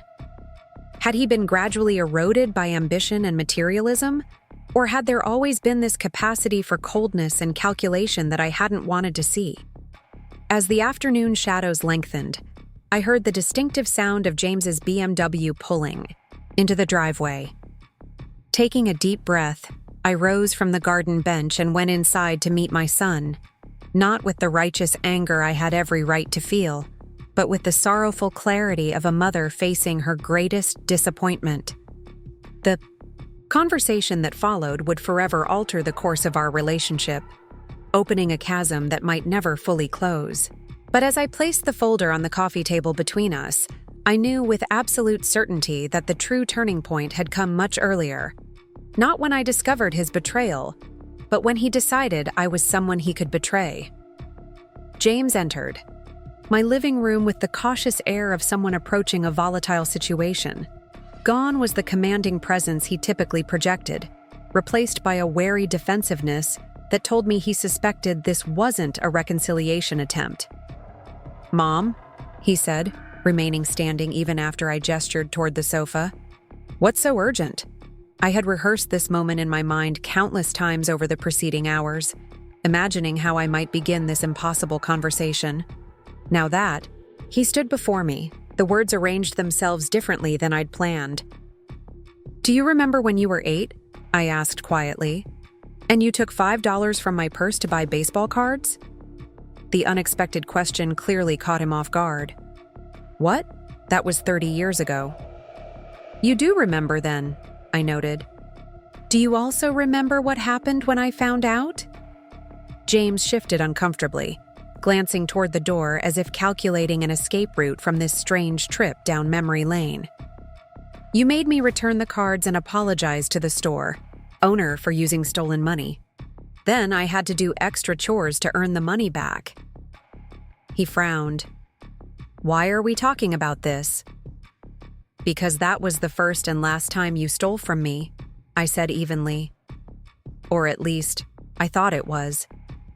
I opened the folder on the coffee table, removing the carefully organized bank statements with their highlighted transactions. Until now.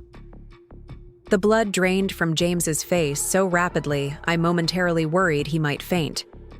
He sank onto the sofa without invitation, eyes fixed on the damning documents. "I don't know what you think you found," he began, the denial automatic even as his expression betrayed him.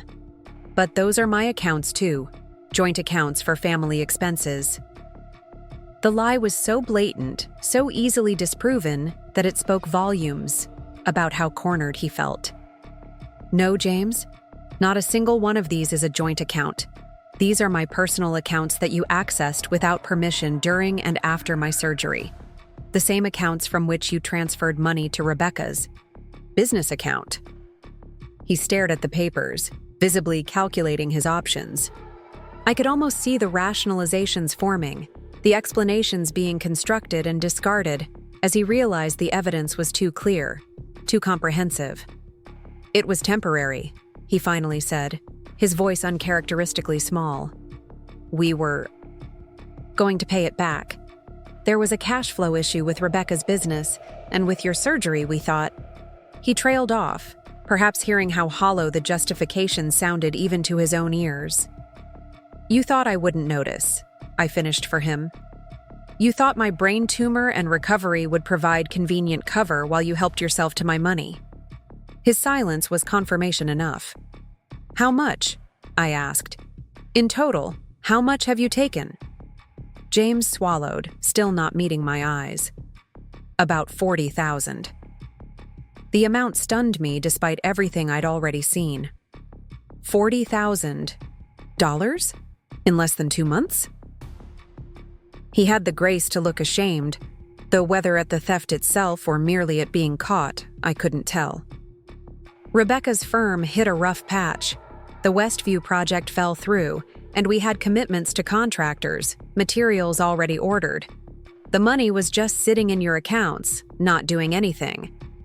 The casual entitlement in his last statement reignited my anger, cutting through the shock and sadness. Not doing anything? It was providing for my future, James.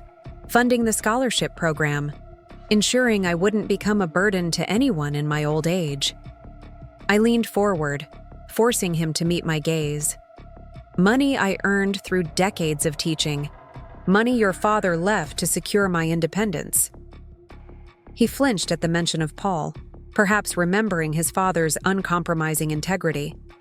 We were desperate, he muttered. Rebecca was facing bankruptcy if we didn't cover those contracts. Then you should have come to me and asked for help, I said. Openly, honestly as adults. Instead, you chose to steal from your own mother, while she was recovering from brain surgery. The starkness of the statement seemed to finally penetrate his defenses. I'm sorry, he whispered. I don't know what else to say. Sorry isn't sufficient, James. Not for this. I gathered the papers back into the folder with steady hands. I've already secured all my accounts. The unauthorized transfers have been flagged and are being reversed. But we need to discuss what happens next. Fear flashed across his face. What do you mean? I mean that you've committed a crime. Financial elder abuse. It's a felony in this state. I have documented evidence, witness statements from the banks, and a clear timeline of your actions. You'd press charges against your own son? His voice rose in disbelief. I haven't decided yet, I answered truthfully. But understand this. If I choose not to involve the authorities, it will be an act of mercy, not weakness, and it will come with non-negotiable conditions. James straightened slightly, the businessman in him emerging even in this moment of personal crisis. What conditions? Complete restitution for starters. Every penny must be returned within 30 days. He paled again. That's impossible. We don't have... Then you'll have to find it, I interrupted. Sell something. Take out a loan. Liquidate investments. I don't particularly care how, but the money must be repaid. And after that? He asked warily. I took a deep breath, steeling myself for what needed to be said. After that, we establish new boundaries. You and Rebecca will have no involvement with or input into my financial decisions. No discussions about my house, my investments, my will, or any other aspect of my estate planning. He nodded slowly, accepting this term with surprising ease. Perhaps he realized that his actions had forfeited any right to financial involvement.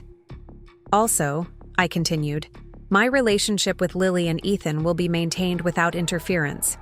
No more attempts to restrict their contact with me or monitor our conversations. They They visit when they want, call when they want, without you or Rebecca breathing down their necks or interrogating them afterward. This clearly sat less comfortably with him. Rebecca won't like that. Rebecca's preferences stopped mattering to me the moment I discovered she was receiving stolen money from my accounts, I said bluntly. My relationship with my grandchildren is non-negotiable. James rubbed his face, the gravity of his situation visibly weighing on him. Is that all? One more thing, I said. You will tell Rebecca exactly what you've done and the agreement we've reached. Not a sanitized version, not with excuses or deflections. The complete truth. She already knows, he admitted quietly. The confirmation shouldn't have hurt. After all, the money had gone directly to her business account, but it did. My daughter-in-law hadn't just benefited from the theft. She had been complicit in it.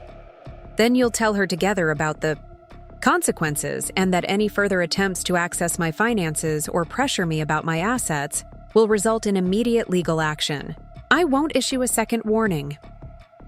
The silence that followed felt weighted with decades of family history, the love and sacrifice that had shaped him, the gradual erosion of the values we'd instilled, the stark reality of where we now found ourselves. Do you agree to these terms? I finally asked. James nodded, defeated. Yes, I'll find a way to return the money, and I'll talk to Rebecca about the rest. Good. I closed the folder definitively. Then we're done for today. He looked up, surprise evident in his expression. That's it? No lecture? No telling me what a disappointment I am? The question held a note of the little boy who had once feared my displeasure more than any punishment. For a moment, I glimpsed the child beneath the man, the son I had raised with such hope and love. What would be the point, James?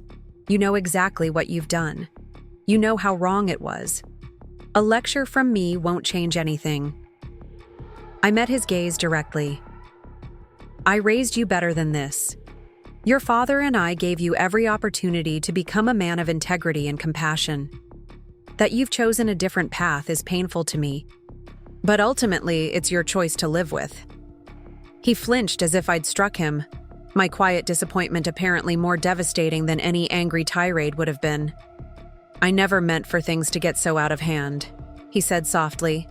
Few people do, I acknowledged, but choices have consequences, and these are yours. As he prepared to leave, a thought seemed to occur to him. Will you tell Lily and Ethan about this? No, I said after a moment's consideration. Unless you force my hand through some future action. This stays between us. They deserve to form their own judgments about their parents without my influence. Relief flickered across his face. Thank you for that, at least. I showed him to the door, maintaining the composure that had carried me through this excruciating encounter. Only after his car had disappeared down the street did I allow my knees to buckle, sinking onto the front step as silent tears finally came. I had survived brain surgery with fewer scars than this conversation had left on my heart. The son I had known, or thought I had known, seemed irretrievably lost, replaced by someone whose moral compass had become so compromised that theft from his own mother had seemed justified.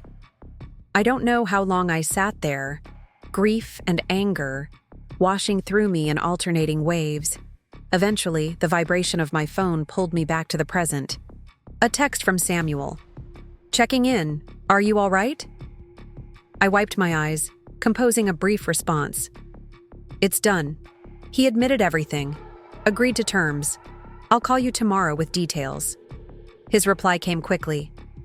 Do you want company tonight? Helen or I could come over. The offer was tempting. The thought of spending the evening alone with these painful revelations felt almost unbearable. But I also recognized that I needed space to process what had happened, to begin reconciling the son I had raised with the man who had betrayed me so profoundly. Not tonight, I texted back. Need some time. But thank you. That evening, I found myself drawn to the photo albums I had been organizing since my recovery. Page after page of family history, James's first steps, school plays, graduation ceremonies. Paul and me, younger and full of hope, watching our children grow. The life we had built together, documented in fading photographs and handwritten captions. Had there been signs I'd missed? Warning indicators of the moral erosion that would eventually lead to theft and deceit? Or had the transformation been so gradual, so subtle, that it remained invisible until fully manifest? These questions haunted me as I finally went to bed, emotionally exhausted yet knowing sleep would be elusive. I had confronted the situation, set clear boundaries, established consequences. I had done everything a rational, self-respecting person should do. Yet the hollow ache in my chest persisted, a grief as profound as when I'd lost Paul. In many ways, I realized this was another kind of death, the death of illusions, of the relationship I had believed existed between my son and me. Like all grief, it would take time to process, to integrate into a new understanding of my life and family. But unlike Paul's death, which had been beyond anyone's control, this loss had been deliberately inflicted. The days that followed took on a strange, suspended quality. I went through the motions of daily life, physical therapy exercises, community, center volunteering once my strength permitted, coffee with Helen and occasional dinners with Robert. But beneath these normal activities ran an undercurrent of sadness and vigilance, waiting to see if James would honor our agreement or attempt some new manipulation. A week passed with no word from him. Then 2. I monitored my accounts daily, half expecting to see evidence of further unauthorized activity, but everything remained secure.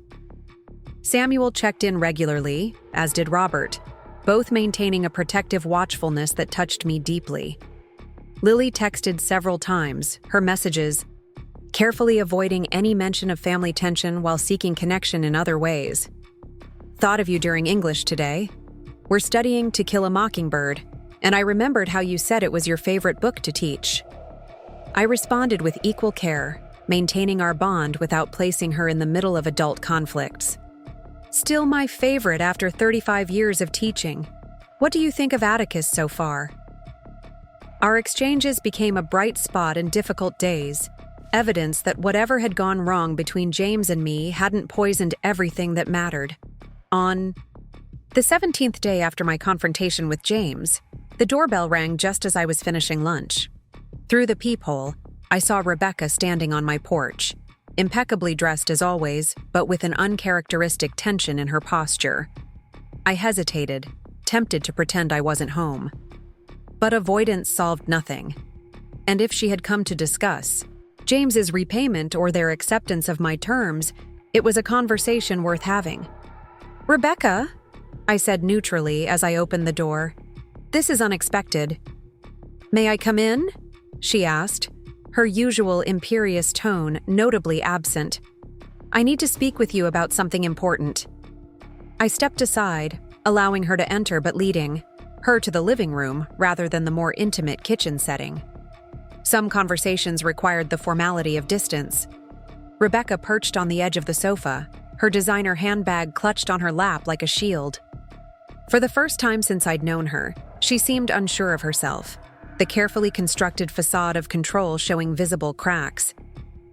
"James told me about your conversation," she began after an awkward pause. "About the money and your terms." I nodded, waiting. If she had come to make excuses or attempt to renegotiate, I wanted her to show her hand first.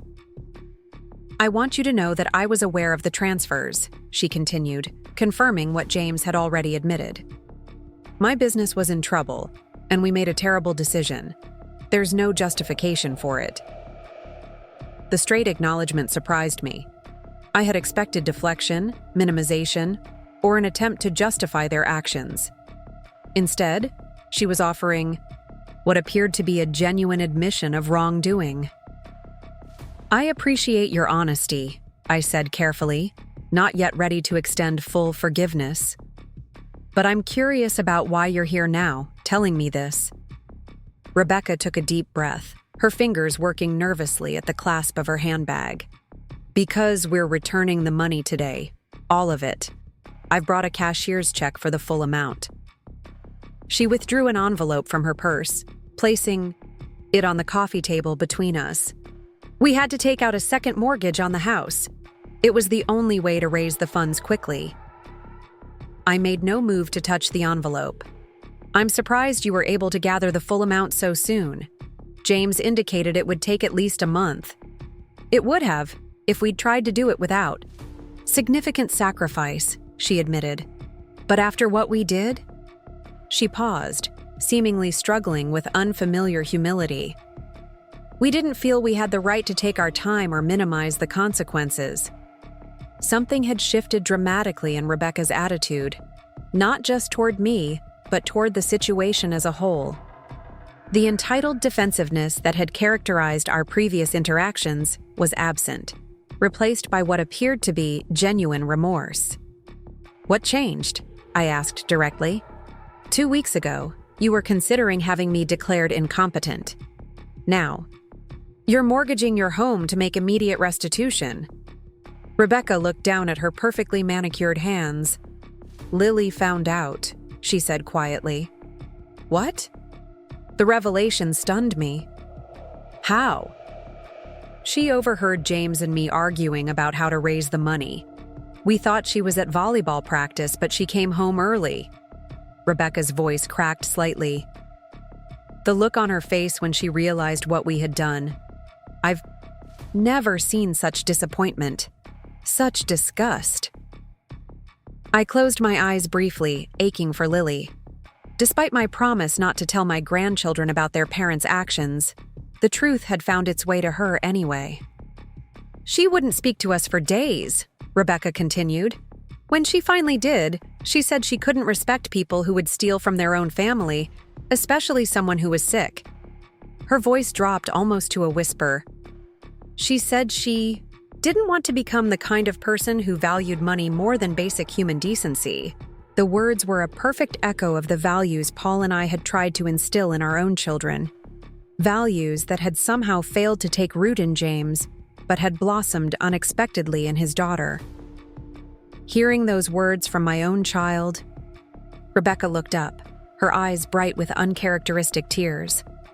It forced me to see myself through her eyes, to really see what we've become. She gestured around my living room. All this time, we've been fixated on what you have, what we might get from you. We stopped seeing you as a person with your own life and needs and rights. The admission was so unexpected, so contrary to everything I had come to expect from Rebecca, that I found myself momentarily speechless. I'm not asking for forgiveness, she added quickly. What we did was unforgivable. I'm just explaining why we're returning the money now and why I'm here in person instead of sending James. I studied her face, searching for signs of the manipulation I had grown to expect. But all I saw was exhaustion, shame, and what appeared to be genuine contrition. Is James aware you're here? I asked. She nodded. He wanted to come too, but I thought it might be easier without him, at least for this first conversation. He's been, she hesitated, different since your confrontation, quieter, more reflective than I've seen him in years. I reached for the envelope at last, opening it to verify its contents. The cashier's check was indeed for the full amount, $41,352.78, documenting every unauthorized penny they had taken. Thank you for returning this, I said formally. I appreciate that you did so promptly and completely. Rebecca nodded, accepting the minimal acknowledgement without pushing for more. She rose to leave, then paused, seemingly wrestling with whether to say more. There's something else, she finally said. Something I need to tell you, though I have no right to ask anything of you. I gestured for her to continue, curious despite my lingering wariness. The second mortgage solved the immediate problem of repaying you, but it doesn't address the underlying issues with my business. She spoke factually, without the self-pity that might have colored such an admission before. The Westview project really did fall through, and without it, Mitchell Design is in serious trouble. I've had to lay off half my staff already. I'm sorry to hear that, I said, genuinely meaning it. Whatever my feelings about Rebecca, her employees didn't deserve to suffer for her financial mismanagement. The thing is, she continued, there's a major new development breaking ground in Lakeside. Affordable housing for seniors and disabled residents. The kind of project that could save my firm if we won the design contract. I could see where this was heading, but let her continue without interruption. The selection committee is being chaired by Eleanor Patterson, Rebecca said. I believe you know her? Yes, I confirmed. Eleanor and I taught together for 20 years. We're still in the same book club.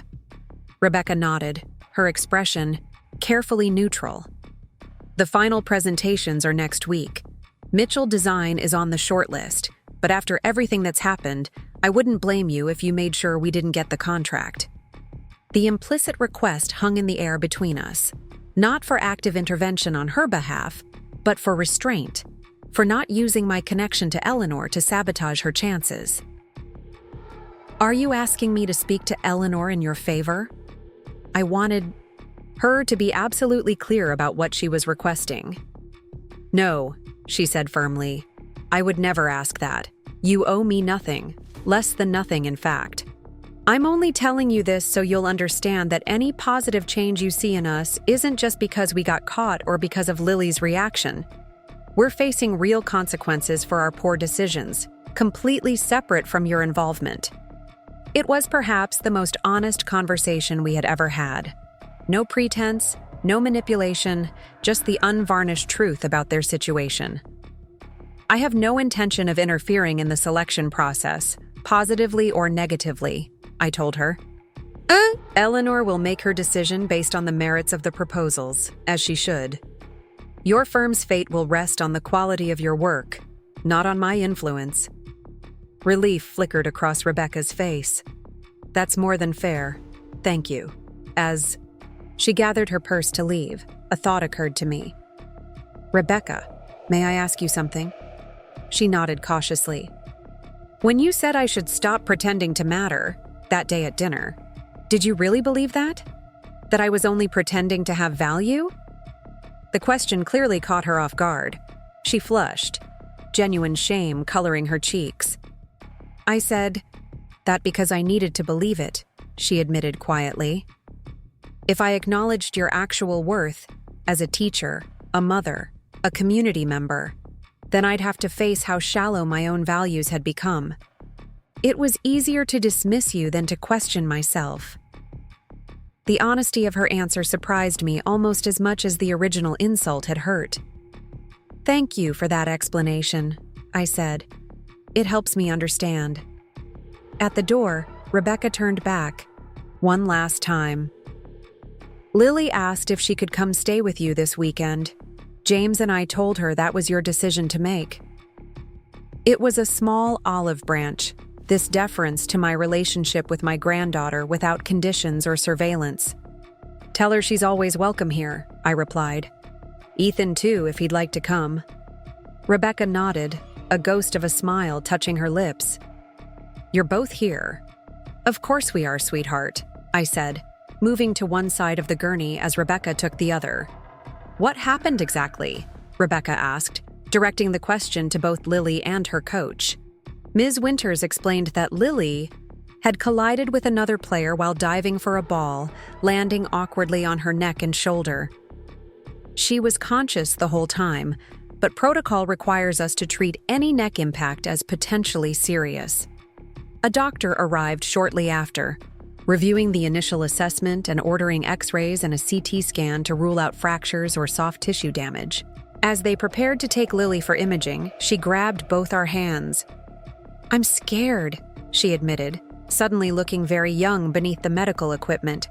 What if something's really wrong? Then we'll handle it together, Rebecca said firmly. Grandma and I aren't going anywhere. The simple inclusion, Acknowledging my place in this crisis without reservation moved me deeply. Not long ago, Rebecca would have positioned herself as the only necessary parent, relegating me to the margins. Now, she recognized instinctively that Lily needed both of us. The next few hours blurred into a series of waiting room vigils, consultations with medical staff, and tense moments as we awaited results. Throughout it all, Rebecca and I maintained a united front, our previous conflicts entirely suspended in the face of Lily's needs. When James finally called, having received Rebecca's messages during a break in his conference, Rebecca put him on speaker so that both of us could update him. There was no territoriality, no attempt to control the narrative or exclude me from the family communication. Finally, at nearly 7 that evening, we received the results. No fractures, no spinal damage, just a severe cervical strain that would require a soft collar, rest, and physical therapy. The relief was palpable as the doctor explained that Lily could go home that night with proper care instructions. "I'll need to fill her prescriptions," Rebecca said as we helped Lily dress in the clothes the nurse had provided. "And pick up the special pillow the doctor recommended. I can take Lily home and get her settled while you do that," I offered. "Unless you'd prefer I do the errands." Rebecca hesitated, and for a moment I thought I'd overstepped. Then she surprised me. "Actually, I think Lily would be more comfortable with you helping her get into bed and situated. She always says you have the magic touch with pillows and blankets. If you don't mind handling that part, I'll run to the pharmacy."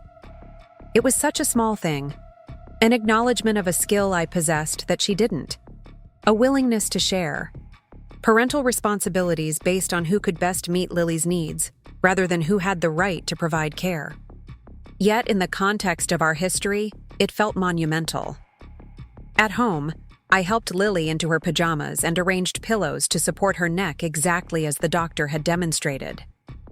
As I tucked the blanket around her, she looked up at me with pain-glazed, but lucid eyes.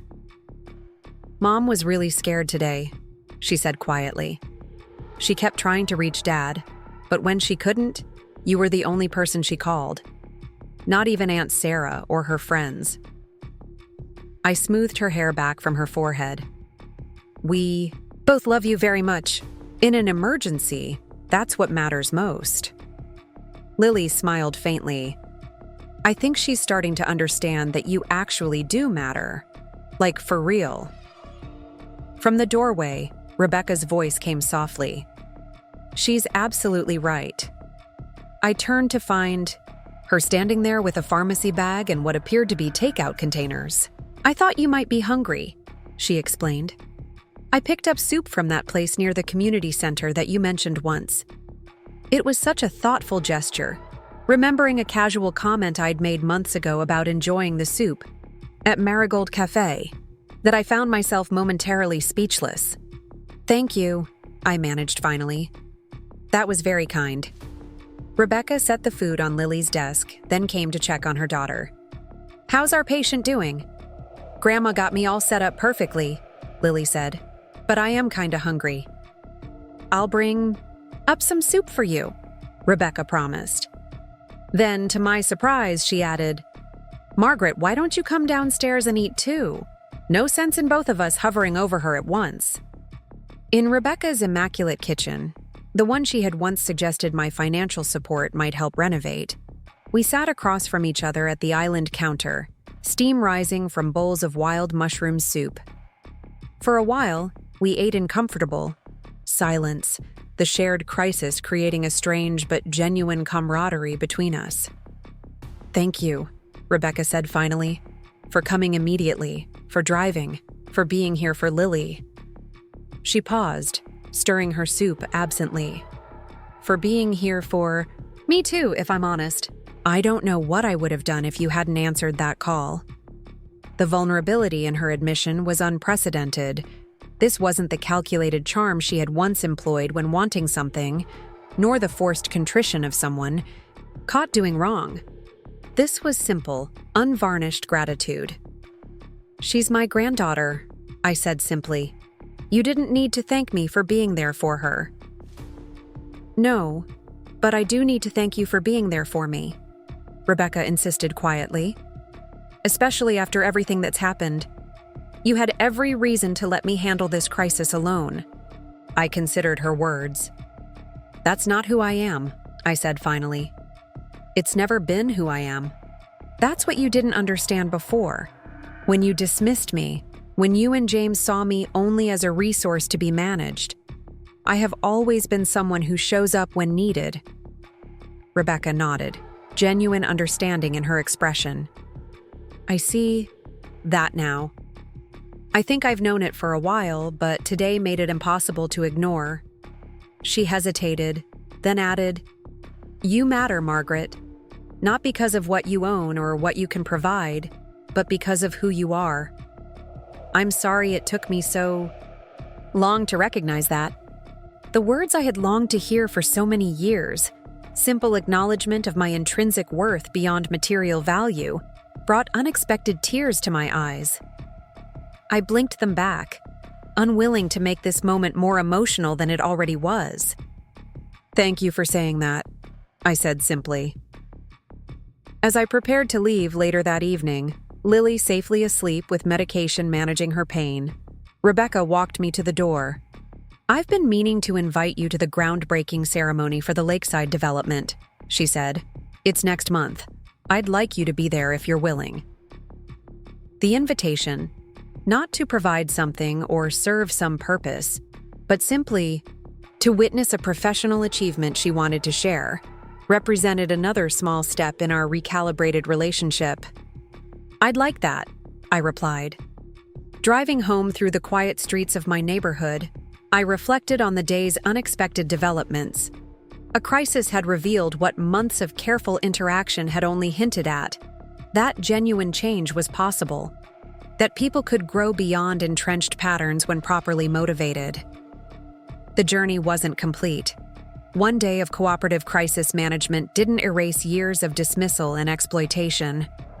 But it suggested a path forward, one where I might eventually have not just a functional relationship with my son and daughter-in-law, but perhaps even a fulfilling one. More importantly, it confirmed what I had come to understand during my recovery, that my worth was intrinsic, not dependent on others' recognition. Rebecca's acknowledgement was welcome, but it hadn't created my value. It had merely confirmed what was already there. As I pulled into my driveway, I smiled at the simple certainty that had emerged from such complicated circumstances. I mattered. I had always mattered. And now, finally, everyone knew it. Up next, you've got 2 more standout stories right on your screen. If this one hit the mark, you won't want to pass these up. Just click and check them out. I will. And Margaret. She hesitated. I really am sorry. For everything. After she left, I sat on the porch swing, turning over the unexpected encounter in my mind. The cashier's check rested in my lap, tangible evidence of a restitution I hadn't fully expected to receive. More significant than the money, however, was the apparent change in Rebecca's attitude, the humility and self-awareness that had been entirely absent in our previous interactions. Was it genuine? Or another calculation? Another performance, designed to manage the consequences of their actions? Time would tell. But Lily's role in their awakening rang true. Sometimes it takes a child's clear-eyed moral certainty to illuminate the compromises adults have rationalized for too long. I thought about Rebecca's revelation regarding her business troubles and the lakeside development. The irony wasn't lost on me. After all their schemes to access my assets, after the dramatic confrontation and enforced restitution, Rebecca found herself in the position of genuinely needing help that I could potentially provide. Not through money, but through influence and connection. The old Margaret, the one who had bent over backward to maintain family harmony at any cost, might have immediately called Eleanor, putting in a good word for Mitchell Design despite everything that had transpired. The new Margaret recognized that such intervention would undermine the natural consequences of Rebecca and James's choices, while potentially compromising Eleanor's professional judgment. No, I decided. Rebecca and James would need to find their own way forward, just as I had been forced to do after Paul's death and again after my surgery. The road might be difficult, might require sacrifices and adjustments they had never anticipated, but navigating it honestly would ultimately serve them better than further manipulation or shortcuts. As the afternoon light softened into evening, I realized I felt lighter than I had in weeks. Not because everything was resolved, far from it. The damage to my relationship with James ran deep, and rebuilding trust, if possible at all, would take far more than one act of restitution or one seemingly sincere apology from Rebecca.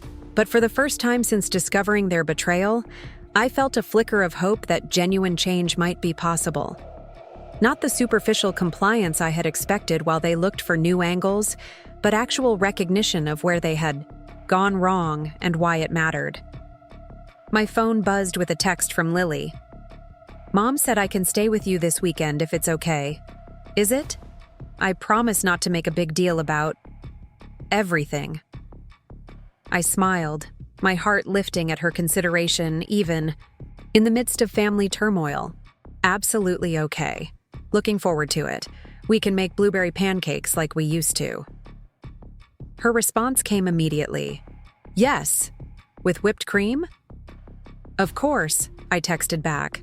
"What are grandmothers for, if not excessive breakfast toppings?" Setting the phone aside, I looked out across my garden as twilight descended. Whatever happened next with James and Rebecca, whether this moment of reckoning marked a true turning point or merely a temporary adjustment, I had reclaimed something essential: my dignity, my autonomy, my right to be treated with basic respect. The daughter-in-law who had once told me to stop pretending to matter had been forced to confront not only the consequences of her actions, but the emptiness of the values that had driven them. Whether that confrontation would lead to lasting change remained to be seen, but it was no longer my responsibility to manage her growth or James's redemption. My responsibility was to myself, to the principles I had upheld throughout my life, to the relationships that actually nourished rather than depleted me. In honoring that responsibility, I had discovered a strength I hadn't known I possessed. The strength to stand firm against those who would diminish me, even when they were people I loved. As darkness settled over my garden, I felt a profound sense of peace. Not because the pain had disappeared or the betrayal had been erased, but because I had faced it honestly and emerged with my self-respect intact. Whatever tomorrow brought, I would meet it on my own terms, no longer pretending that disrespect was love or that sacrifice without reciprocity was family obligation. I had stopped pretending, and in doing so, I had never mattered more. 3 months passed with a careful, fragile peace establishing itself between James, Rebecca, and me. Not the easy familiarity we had once shared, but not the open hostility that had characterized our recent interactions either. It was a tentative rebuilding, phone calls that didn't revolve around my assets, occasional family dinners where conversations remained civil if somewhat guarded.